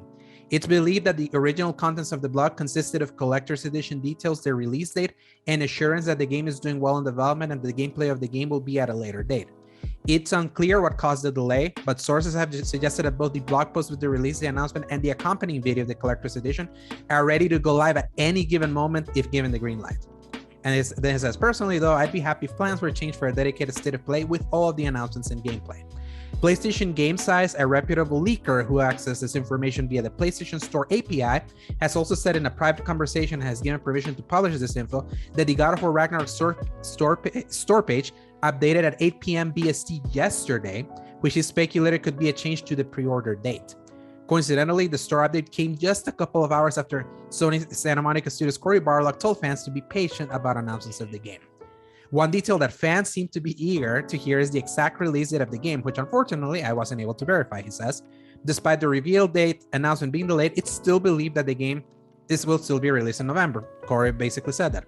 Recently, Sony has preferred to release its major first-party titles on a Friday, leaving only a few possible dates on when the game will be released if they continue the trend. The next Need for Speed installment is due to launch on November 4th, and sources have suggested that the current plan for Ubisoft's Avatar title is due launch on November 18th unless there's a delay. So in theory, if Sony didn't want to step on toes, November 11th could be a price date. So this actually gives me a lot of context for what's going on, and that it actually does make me feel a little more at ease, because this I actually ran into a similar problem with the game that I was working on. We had to push back the trailer because there was a certain very specific thing that they wanted featured that wasn't finished enough yet. And that was holding it back rather than like the actual game progress. So I could see that like there's something very specific that they're just waiting on to be good enough to put in, or like somebody dropped the ball and missed a deadline on throwing their reel basically into the trailer setup. So I also think it could be polished, because I actually yesterday went back and saw the Erasing Kratos documentary that documented everything leading up to the release of that game and how what a development hell it was to make that game. Yeah. Literally a month before they announced the release date of that thing, the game had like 2,000 bugs still. Jeez. And you even see one of them when Cory's like playing, like when he's fighting the dragon's like clipping beneath the, like he's standing and then and the dragon's just clipping beneath the floor. And you recently played the game. It's like that game is so pristine and so polished. And I think there was one moment of pop in during the entire game. The whole rest of it is pristine. So and then you had that weird glitch that you posted on your Twitter that somehow you fell into the a later part of the game when you go inside like the Bifrost. Dork of Art on Twitter, by the way. But yes, I accidentally fell into a late game area. I couldn't walk around really in it. I was still like hovering in this bubble, but I could see it, and that was the funny part. Exactly. You were like, why is this render? And I told you, hey, that's a late game part. You just loaded into that thing. I forgot about it too. That's the worst part. So when I compared like everything that went in the 2018 one to this, I think right now, I've mentioned it before we're recording this addendum. It's like all this pressure is happening because Sony hasn't talked at all. We all know that they're still insisting this is a 2022 game. If they had already delayed this, no one will be talking about it, because everyone will be like, okay, makes sense. We can wash our hands, make the plans for the rest of the year. We know that's not coming, but they're insisting it's still coming. That's why like there's that level of anxiety. And it's all because just imagine if Sony had an event where they could have at least given an idea, put another year, you still put like fall 2022 or something. But because Sony's so scattershot on how they like talking about these games, that's why they're in this situation. And I can't imagine now, like just thinking about Cory being at the front of this. He's not even the director of this game. He wrote it. Because he's like he's in pre-production on whatever the next project is that he hasn't really said, but there's like rumblings that he may be doing a sci-fi game within Sony Santa Monica, which would, if you also look at the Racing Kratos documentary at the very beginning, they detail how there was this sci-fi game that they had to cancel. That was what Sony Santa Monica was working after God of War Ascension, and while they were gonna work and finish that game, that was gonna give Corey the time to make sure that he knew what he wanted to do with God of War, so that would be the next project. And then when that was canceled, all the people working on the sci-fi game got put to him, so he had to like give them work while he was still trying to figure everything out. So that's why that game took like 5 years. Yeah. So it's like they have extra pressure because obviously that God of War 2018 game was like the make or break for that studio. Ascension didn't do well. That canceled game is like, that's not a sign of a healthy studio at that time. And this game like brought their cachet back up to the stratosphere. And obviously this game is very beloved. I would argue that Insomniac is probably right now Sony's most important studio just in output. What they did with Spider-Man, I can fully believe that. Exactly. And how much that game sold and how many games they're putting out. They're going to be putting almost 5 games before this. Well, they have already put 3 games on the PS5 and before this one's coming out. So just to give an idea. The entirety of the Xbox category of first parties. Exactly. And it's a good thing. Like, we can keep the hope. It's so funny. I mentioned the joke yesterday. The abandoned shenanigans happened around this time last year. Yeah. And it's so funny that something similar is happening. But this is a real game. We know it exists. We've seen it. It's just about now learning when. And I'm hoping that it's actually coming out. They're just wanting to really be sure about the date before they say anything, because I mean, we've learned when you give a date and you can't follow through with that date, that causes a lot of problems too. So they're and just now trying to get ahead of that now, I guess, to avoid having to push their date. So now here's my tinfoil hat of when I think we'll see this date. All right. I say we don't hear it at all in July, and we don't hear it at all in August. Last of Us Remake's gonna come out. Then a week or two, they're actually going to do another showcase like they usually do in September. You really think so? And then on that showcase, that's when they're going to reshow God of War, and that's when they're going to slap the date. And going to be like, it's out in 2 months. I don't know. I think it might be July, even early July, I think. Do you believe it? If they're that close, and if like what you said, that one detail where they said everything's ready, they're just waiting for the green light. I feel like they're gonna get themselves together in the next week or two, and I think that's going to be what they need to just at least say it. You know what I'm also thinking about? Maybe this is Sony's like way to try to catch the snitch. Because that dude, I tell you, like, this is the first thing that he has said that hasn't turned out true, but there's context for it now. But everything else I mentioned is like everything came true, and he tweeted it a day or hours before those things were shown. Yeah. And everyone was like speculating, this is a YouTube insider, because who would know all these details like that? Because everything YouTube has to be pushed early. Yeah, I was always wondering how companies really take down leakers like that, and it's usually by feeding misinformation to specific areas. But then I was like, well, why didn't more people not get caught? And it's probably because it's more trouble than it's worth to deal with, but maybe because this guy's been so consistent with a lot of different stuff, maybe and back to back going through. I mean, he's been putting himself out there, have been putting themselves out there a lot, and I'm actually worried that they're going to get snatched up because of this. But that's what happens when you're like play with fire and try to make it to being too cheeky about it. But it's like, it was fun because it's rare for a leaker to post so many things that ended up being true, and that's what made the snitch so funny, because compared to this other guy Geronimo73 that has been taking so many L's by saying that he was an insider and he knew, and then he had to like block his tweets now, like kind of like protect them because everyone was like harassing him. So it's rare to have like people like Snitch or Tom Henderson, who we've seen many times. He's also gotten many things right, and he likes putting the information like in as much detail as possible, so we know that he's like a reliable leaker. But well, it's like it's good that you finished playing God of War now, and hopefully then like you get to build the excitement for this other one. I beat the Valkyrie Queen, by the way. You did it? Yes. I did. So all I have to do is a couple other side things, I think. Are you gonna go for the platinum?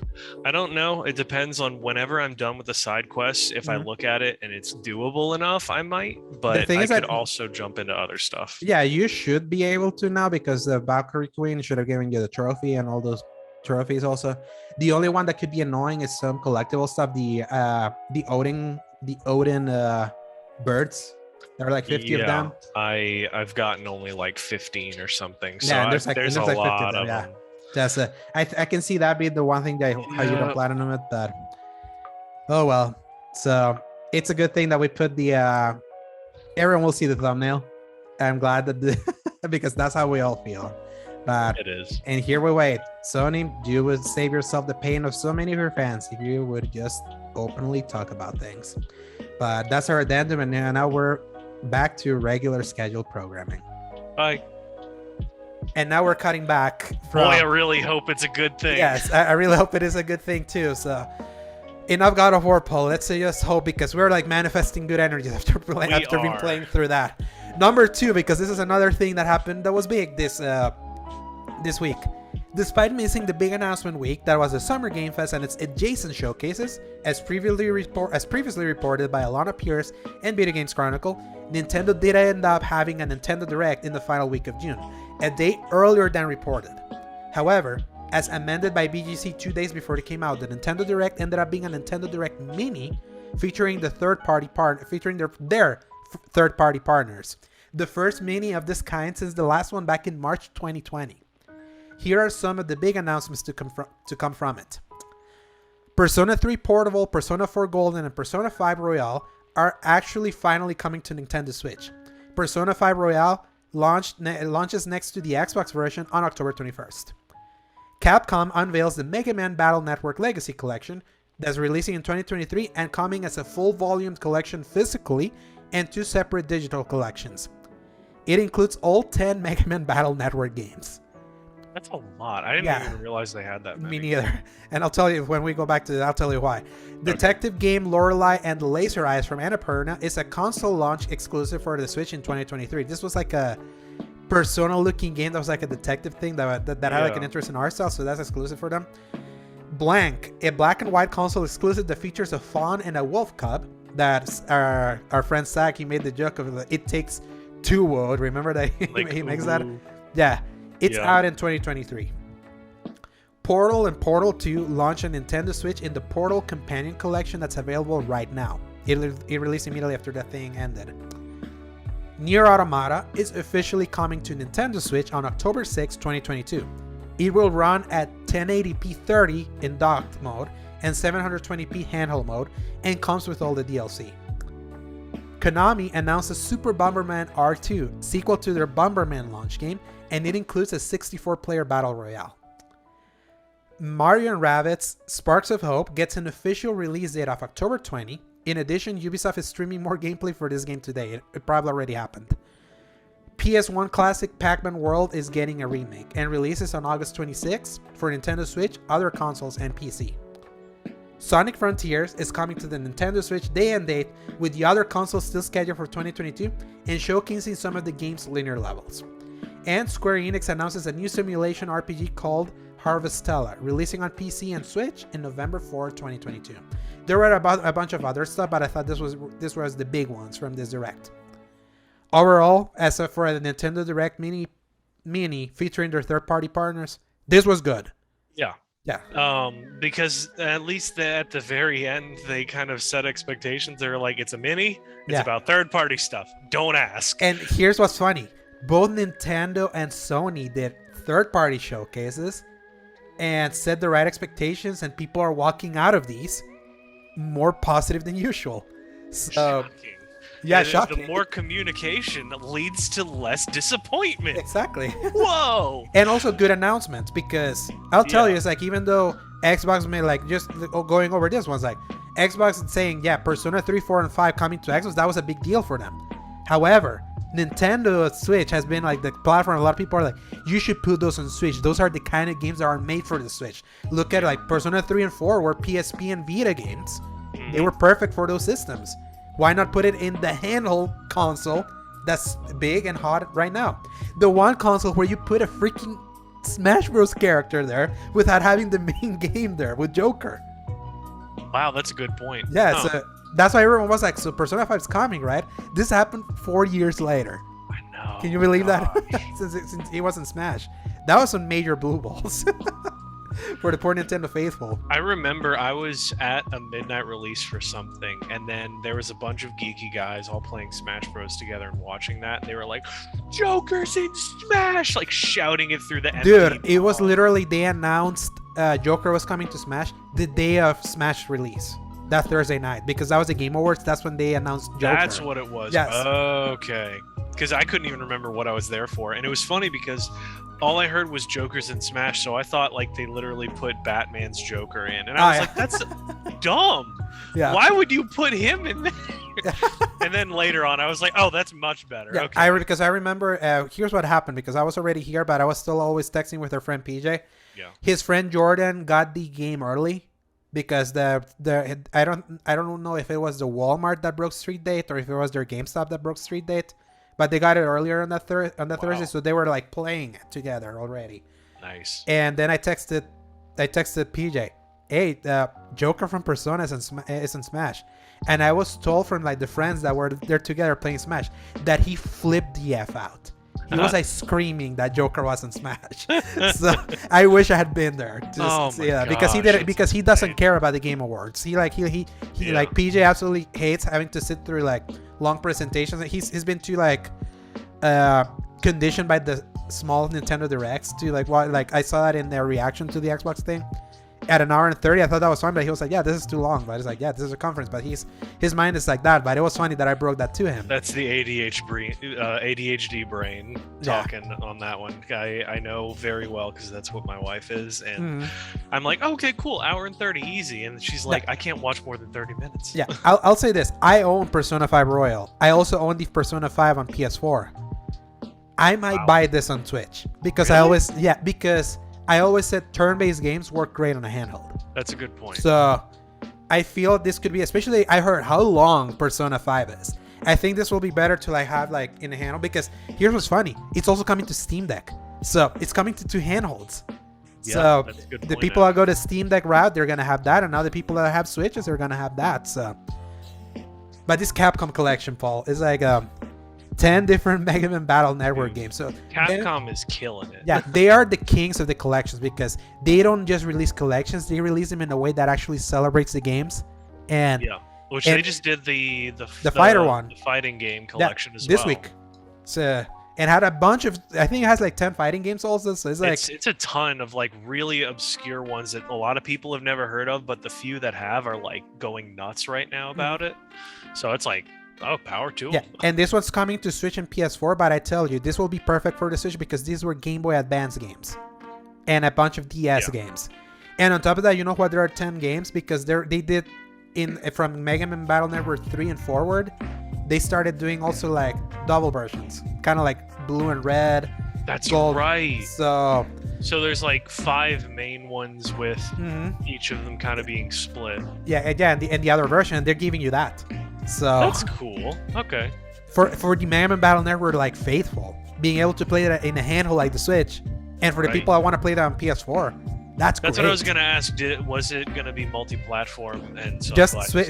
Yes, just Switch and PS4. Xbox is getting left out, which is weird because Xbox did get the Mega Man Legacy collections from Mega Man 1 and 8, and also the X collections. I just bought the first one of those today. It's $8. So I just picked that one up to try playing through that again. I'm waiting for the Zero collection to go down in price because I would have loved to play the Zero games that were also in GBA, but right now it's $30, so that's a little too steep for me. But did you check today? Because a lot of the Mega Man stuff went on sale. There's like a sci-fi sale going on. Okay, I'll check because I definitely want these Zero games because I have the X collection and I have the Legacy collection already. So, but yeah, Capcom is just the king. I think Capcom leads when it comes to like going back to their back catalog right now, especially in the 8-bit era, and presenting those games with care. Compare that to like the Castlevania, Rondo of Blood, Symphony of the Night. It's like those games are great, but the way they're presented is like they don't feel celebratory. Konami.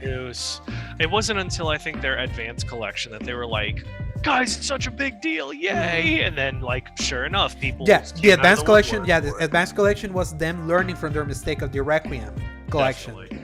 And the Requiem collection only happened because Sony wanted it. They convinced, they forced their hand and be like, please, let's put those games out. And they're like, okay. And then it sold really well. And they were like, wait, guys, people want to play our games. Yeah, maybe we should, like, put more of them out. That's when the Castlevania games came out. That's when the Contra games came out. That's where the, like, those collections. That's where the, this other one that's coming up soon, the TMNT games. Right now, Shredder's Revenge is already, but they're also doing the collection of all those old games. That's right. And there were a lot of those, too. Yeah. More than I realized. Yeah, it's like this is why I said is like, in lieu of not having games available for backwards compatibility, this is how you do it. Re-release them. Like, put a new coat of paint, like, upres them if you need, but put them in now systems that we know are going to be backwards compatible from here onwards. And then make them a collection so that whenever you ask for like $20-$30, it'll make more sense for us to buy it. Exactly. Instead of individually. Oh, yes. This detective game, Lorelei and the Laser, it just looked cool. I don't know if I would play it. It's just the kind of interesting game that could be there in the Switch. Blank, though, looks more interesting, but I would hope it's on other consoles because I know the games I like playing on the Switch. So... I'm a little concerned about Nier Automata going on there because I know they said it's going to be 1080 30 and I don't know. I feel like that's a big meaty game to be able to be handled on the Switch. I will say though that if there's something that if you remember from Nier Automata, a lot of the visual style of that game is very PS2-ish. So, it does have a very like drab color scheme, which I think will help a lot. But I also think a lot of the benefit to that game is the smoothness that you get. So when you're gonna lock it at 30 at least, that also means that it might dip a bit if you have a lot of enemies and particles on, which it's known for doing. Yeah, I'll say like maybe they nip and tuck to make it work there. But I'll say like some people, I was like looking at Gene Park from Washington Post. He has mentioned that many Switch ports from other games that can come forward have been surprising in how stable they seem to be on Switch. Okay. So it seems like they seem to actually know what the Switch is capable of and know how to like downsample it. To me, here's what's so funny. Nier Automata is a 2017 game and it's coming natively. Yeah. Why is Kingdom Hearts a PS2 game? This is where I was going to bring it up. Why are they putting... it still burns me up because it's like... Y'all just did. This is proof they were lazy. Yeah, absolutely. Because at first we were just theorizing, like maybe there's something that's really difficult about it. Oh, maybe it's the Kingdom Hearts 3 is just too powerful. But no, if they can put Nier Automata on there and make it run stably, there's no reason they shouldn't be able to for the others. I could buy Kingdom Hearts 3 only being cloud because that's a game that came out 2 years after Nier and definitely has some visual like spectacle that I'm like, I'll give you that. The Kingdom Hearts 1 and 2. Yeah. Birth by Sleep was a freaking PSP game. It was. Exactly. Yeah. So that's 358 Days Over 2 was a DS game and it worked. And it would have worked there, especially if putting it in handheld. So. Oh my gosh. Yeah. So now like you've goofed up Square Enix for putting the Kingdom Hearts games just as cloud versions. They would have printed money, I tell you, putting it handheld. Those would be the kind of games that they would love taking on the go because the Switch has shown people want to buy things in that thing. Obviously, yes. Super Bomberman R was like, okay, I played it a little bit when the original came out on Switch again with the friend from PJ, our friend Jordan. He bought that and he bought Bomberman and Breath of the Wild when he got his Switch on launch day. To me, it was fine. I was like, okay, I wouldn't pay for this, but this is fine. I'm interested to see a 64-player battle royale, like 64 bomb. That seems like it's gonna be nuts. Yeah. And right now, it's like as the battle royale genre is like, I don't feel you see new contenders entering the realm anymore. Do you feel like the Spell game that was battle royale is like shutting down? So, I just talked about that with my friends because we played that when it launched, and that's a game that I look back on kind of fondly because in 2020 it came out in 2020, really fun, and everyone tells me that it was really fun. You could fly, you could do so much cool crap. The spells were completely different. You could blend them together, and then it got really toxic, and there was not enough support, and then nobody played it anymore. So they announced that it's shutting out next year, and on top of that, Blizzard from Activision Blizzard bought the company that made Spellcaster, and they're making them support for whatever game they're doing. So it was called Spellbreak. Spellbreak, but they bought the developers to be support for World of Warcraft. So R.I.P. Another one bites the freaking dust. Exactly, but they were in Activision Studios. They are buying that studio to make them support stuff. So gosh, it sucks. I hate when I hear that, especially knowing what we've talked about with Tony Hawk last week. Yep. Mario Rabbids is like, I enjoy that first game. I know you hate the rabbits. At least they know that it's coming on October. So yeah, good for them at least. Yeah. Pac-Man World though, I actually popped for that one because I love Pac-Man World 2 on PS2. It was a great platformer, and this was the PS1 one, and I saw how it looked. I was like, man, I'm getting some nostalgia because I remember my aunt bought me that game in a Blockbuster for $20 back in 2004 with the greatest hits Reddit. box. Remember the PS2 had the normal box and then the greatest hits? Yep, the fancy one. Yeah, that Pac-Man game was so fun because it was different from what I knew of Pac-Man. So I hope it's good. Sonic Frontiers we've clowned on, but I'll say this. This was the best showing for that game. Definitely. Yeah. I was actually impressed with what I saw, and I agree with what everybody's saying, where this should have been what they showed. Yeah. At the first part, especially that cyberspace realm, where it's like, oh, you can kind of get whatever you want out of it instead of this blank open world. Yeah. You see like the good parts of Sonic in the levels that they show there. And they confirmed this. That's how this game is running on Switch, which I'm like, really? That'd be shocking because this is all about being the next gen one. But if they manage to make it run that well on a Switch, I mean, everyone already saying that it looks very last gen, so I kind of see it. That makes sense. We have the context now, but yeah. And then and then that Square Enix game that is like mixing Harvest Moon with RPGs. I think Square Enix knows there's an audience for that, and they've found great RPG audience in the Switch. They're gonna eat it up. This is exactly what several of my friends, especially my group of alternative goth girls that I'm friends with, are gonna go nuts for this. And Duncan, you know exactly what I'm talking about. Awesome. Yeah, I know a crew that's gonna love this so much. And honestly, for me myself, I was like, this is kind of neat, actually. Like, do you think your wife is all about the Switch, right? She adores Animal Crossing, so I could see her doing it, but also this is, I think, after Pokemon, isn't it? So that means that she's gonna only be playing it's before okay. Because Pokemon is later in November. This is in November. Okay, so there's a chance that if I can talk to her about it, the only way she'll know about it is if I talk to her about it and if I show her.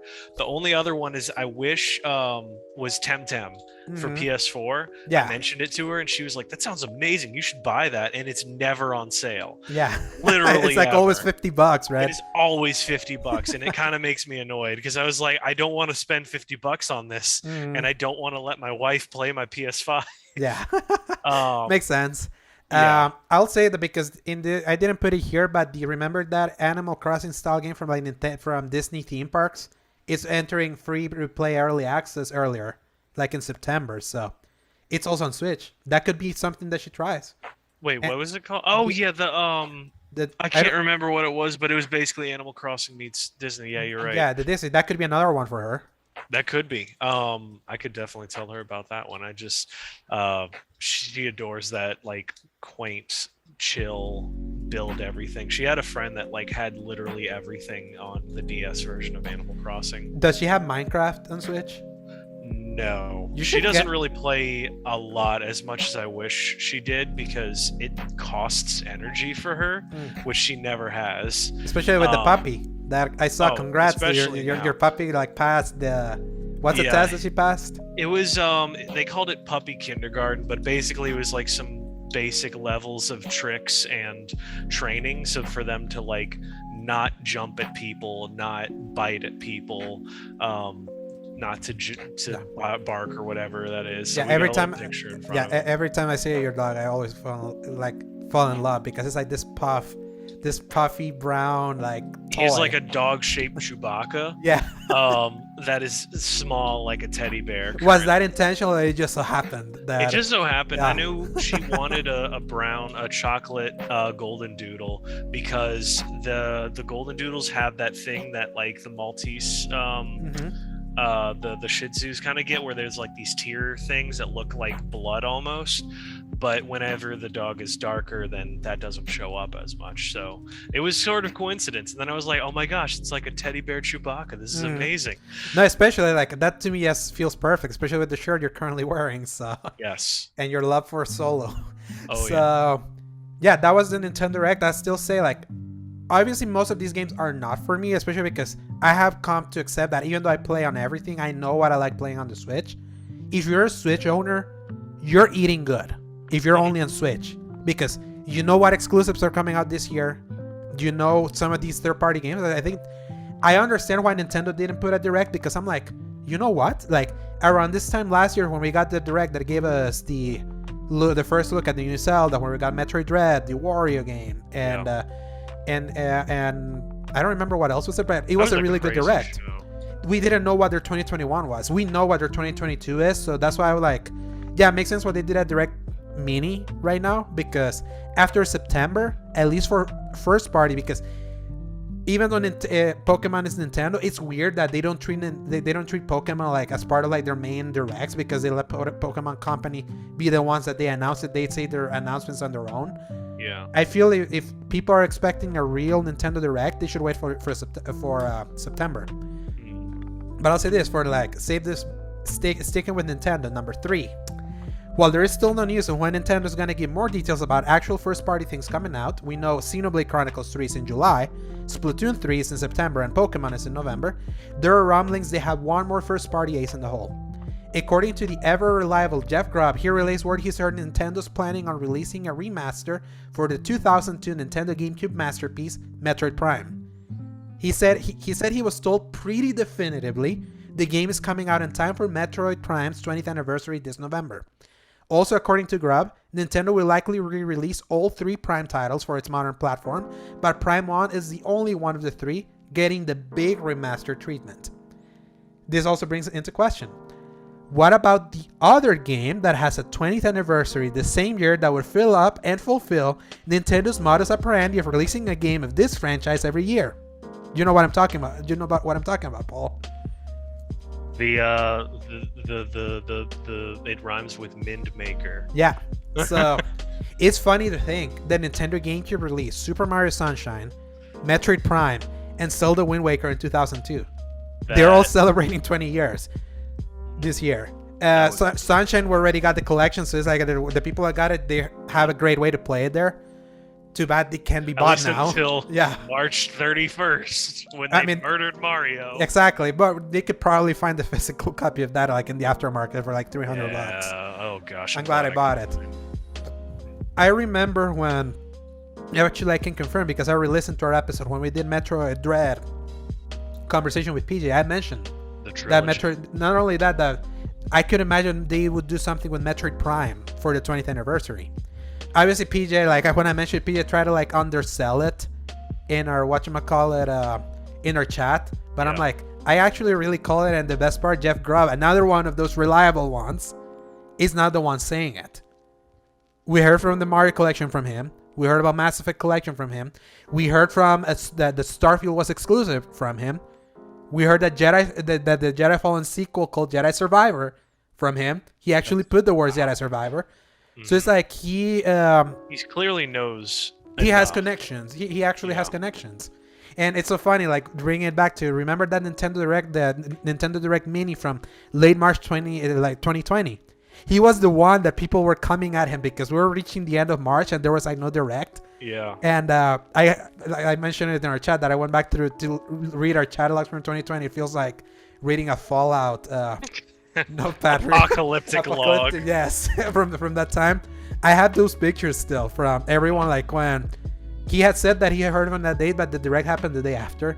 And the day, I think I remember you were posting pictures of it where they were like, where he was doubling down. He was like, "No, it's happening. Yeah, it's happening." And then I was like, "Okay, he's going down, and he is definitely going down in the flame of fire," and it happened. So, I believe it. I played this game. I mean, if you remember, I played through all of Metroid Prime last year. Yeah. And this first game is the one that I say it's like, I'm impressed how well this holds up. Yeah. Prime 2 is the one that I was like, yeah, this is way too hard for the current setup. I think they would have to tweak it. And then I said Prime 3 was the hardest one to do. Yeah, it was the easiest to play because of its controls, but it would be it's so intrinsic to the movement that I feel they would have to like really rework it. Yeah. In movement and in feel and stuff for it to work in non-movement options. But 3 could be released as is with a new coat of paint. But him saying this is the only one that's getting the big remaster treatment. Are they like reworking the graphics? I'm dubious about Nintendo's work when it comes to old games because we saw it with the 3D All-Star things. They were just up-reses. We've seen they don't really do anything. Exactly. They just make them sharp, but as is. So yeah. But I tell you, it's like I would play this. It's like I like at least having the one being Nintendo Switch game that I know it's for the hardcore that has more hardcore sensibilities. That was Dread for me last year. And I think you will love this one. I absolutely believe that people are gonna love Metroid Prime, especially seeing how many games that have done the Metroidvania in 3D that happen in modern times, like Jedi Fallen Order. Yeah. If you get to play this, like getting to see that. I would like to see if they also add like more shooter controls that are like double stick and all, because those games were like one stick. So, but if it's this year, man, I would love it. I mean, I think you almost talked me out of the Prime trilogy after playing through it because of the challenges that you had. But yeah, and two, I do remember with two that specifically. At least for one, you said that one held up pretty well. So I will tentatively check it out if I end up having money after all of the stuff this year. Yeah. And look, remember, it's like slim pickings from here out to December, so I feel like I've still been buying more stuff than usual because things keep going on sale. And we have our arrangement. Where we're like, we'll buy this thing. And it's like, yeah, it's not much, but it's an extra $20 here, $30 there. Remember, we can also do the same arrangement with the Switch. We haven't done it yet, but we can do the exact same thing. So yeah, so we'll have to revisit that at some point, I'm sure. Yeah. But yeah. I'm just hopeful because if they're planning to do this with Metroid, it's like, it's literally just there, guys. It's like, we have heard from BGC, from many, that Nintendo's sitting on this. They're sitting on Wind Waker. They're sitting on Twilight Princess. It is the final game from the Wii U era. The final game, like, big thing that came out on that console that hasn't made it over. After that, it's like the Wii U can be left in the dust because there's no need for the first. There's no need for this first Splatoon. There's no need for the first Mario Maker that can exist there as like in perpetuity. It's like that's like the one final thing that can be brought over, and then the Wii U is done. Anyone that didn't get a Wii U, they finally get that, and it's like every Zelda, like at least the ones that matter, it's already on Switch. At least like the original one, Link to the Past. Ocarina and Majora's Mask, they're in the Nintendo Switch Online thing. Obviously, it's gonna cost you $50 to play all of that, but it's there for the people that really want it. That's how they're offering it there. Link's Awakening, the one Game Boy game they remade in the chibi look. I would like to play that one day. Yeah, I'm waiting for a sale for that one. I think it's if one they ever do a sale. No, that's one that I've seen for $41, kind of like how I got Mario, like Luigi's Mansion 3. Yeah. So. In the Breath of Skyward Sword made it recently. Breath of the Wild one, the sequel to Breath of the Wild. It's like almost all the mainline ones are there. You're only missing two, and you completed one. And it's the one Zelda everyone wants back. I tell you. Every time there's a direct, put in the search bar for on Twitter. Put Wind Waker. You see you always see it trending constantly. It's crazy to me. It's like that's how beloved that one is. So. Yeah. But I think there's more hope because if they brought out Ocarina and Majora's, it's like, dudes, it's like, you're close. You're so close to putting everything now. That's the funny thing. Once they finally do that, there's nothing left for them to really do besides maybe like all of the spin-off games. Yeah, there's the Capcom games from the GBA, like Minish Cap and Oracle of Season and Ages. Which a lot of people do love those, along with like Four Swords was a really popular one back in the day. But at the same time, I know they're not going to hit nearly as good. So I was like, man, if they want to keep up this whole year release thing, they're gonna have to start making some new content. No, exactly. And I will say that it's like, it's so funny, but when you look at everything that's been happening since 2017, it's like it has birthed fruit. There's a Zelda something every year. Yeah. 2017 Breath of the Wild, 2018 Cadence of Hyrule, 2019 Link's Awakening, 2020 Age of Calamity, 2021 Skyward Sword. It's like the proof is there. Yeah. So that's why I'm like, yeah, it's like what makes me fearful, because obviously they always want to release at least one every year, because there was the rumors that in the 35th anniversary was going to be Skyward Sword and the other ones. Yeah. Then the reliable people are like, yeah, they're going to keep a yearly thing. So Skyward Sword took the spot last year. And I'll say this, very weak way to celebrate the 35th to put for Skyward Sword to be the one. Widely considered one of the worst Zeldas ever made. Yeah, still a good game, but yeah, exactly. But that one was like a new release because it was the first time being released. I get it, but now it's like it's there. I wonder why they chose that one of all. Like that was the most recent one to come out before Breath of the Wild, and I think it's because again, like in the Wii U, we got Wind Waker and Twilight Princess. Yeah. So they were like, this is one we haven't released at all. So that's why they did it. But it's not the one people want. Good point. So please, Zelda 2-pack, Nintendo. I'm gonna be like, let your nostalgia abuse me.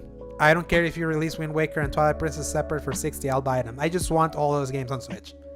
I just want that Switch to be like that all-encompassing Nintendo thing. And it's close. Like, having all the Donkey Kongs there, having Super Mario World, that saves it. Like, having all this many Zelda games, the 3D Marios, like, everything that's released. Like, the Switch is becoming kind of like, it's helping me let go of having to hold the old Nintendo stuff because the majority of stuff is there. So, yeah, it's like impossible to actually pull any of that stuff out for me. So I'm really glad that it's all showing up. I'm glad that everybody's kind of realizing that it's a good idea to just put all their stuff on the modern consoles that can be easily digitized and put into other areas so it survives.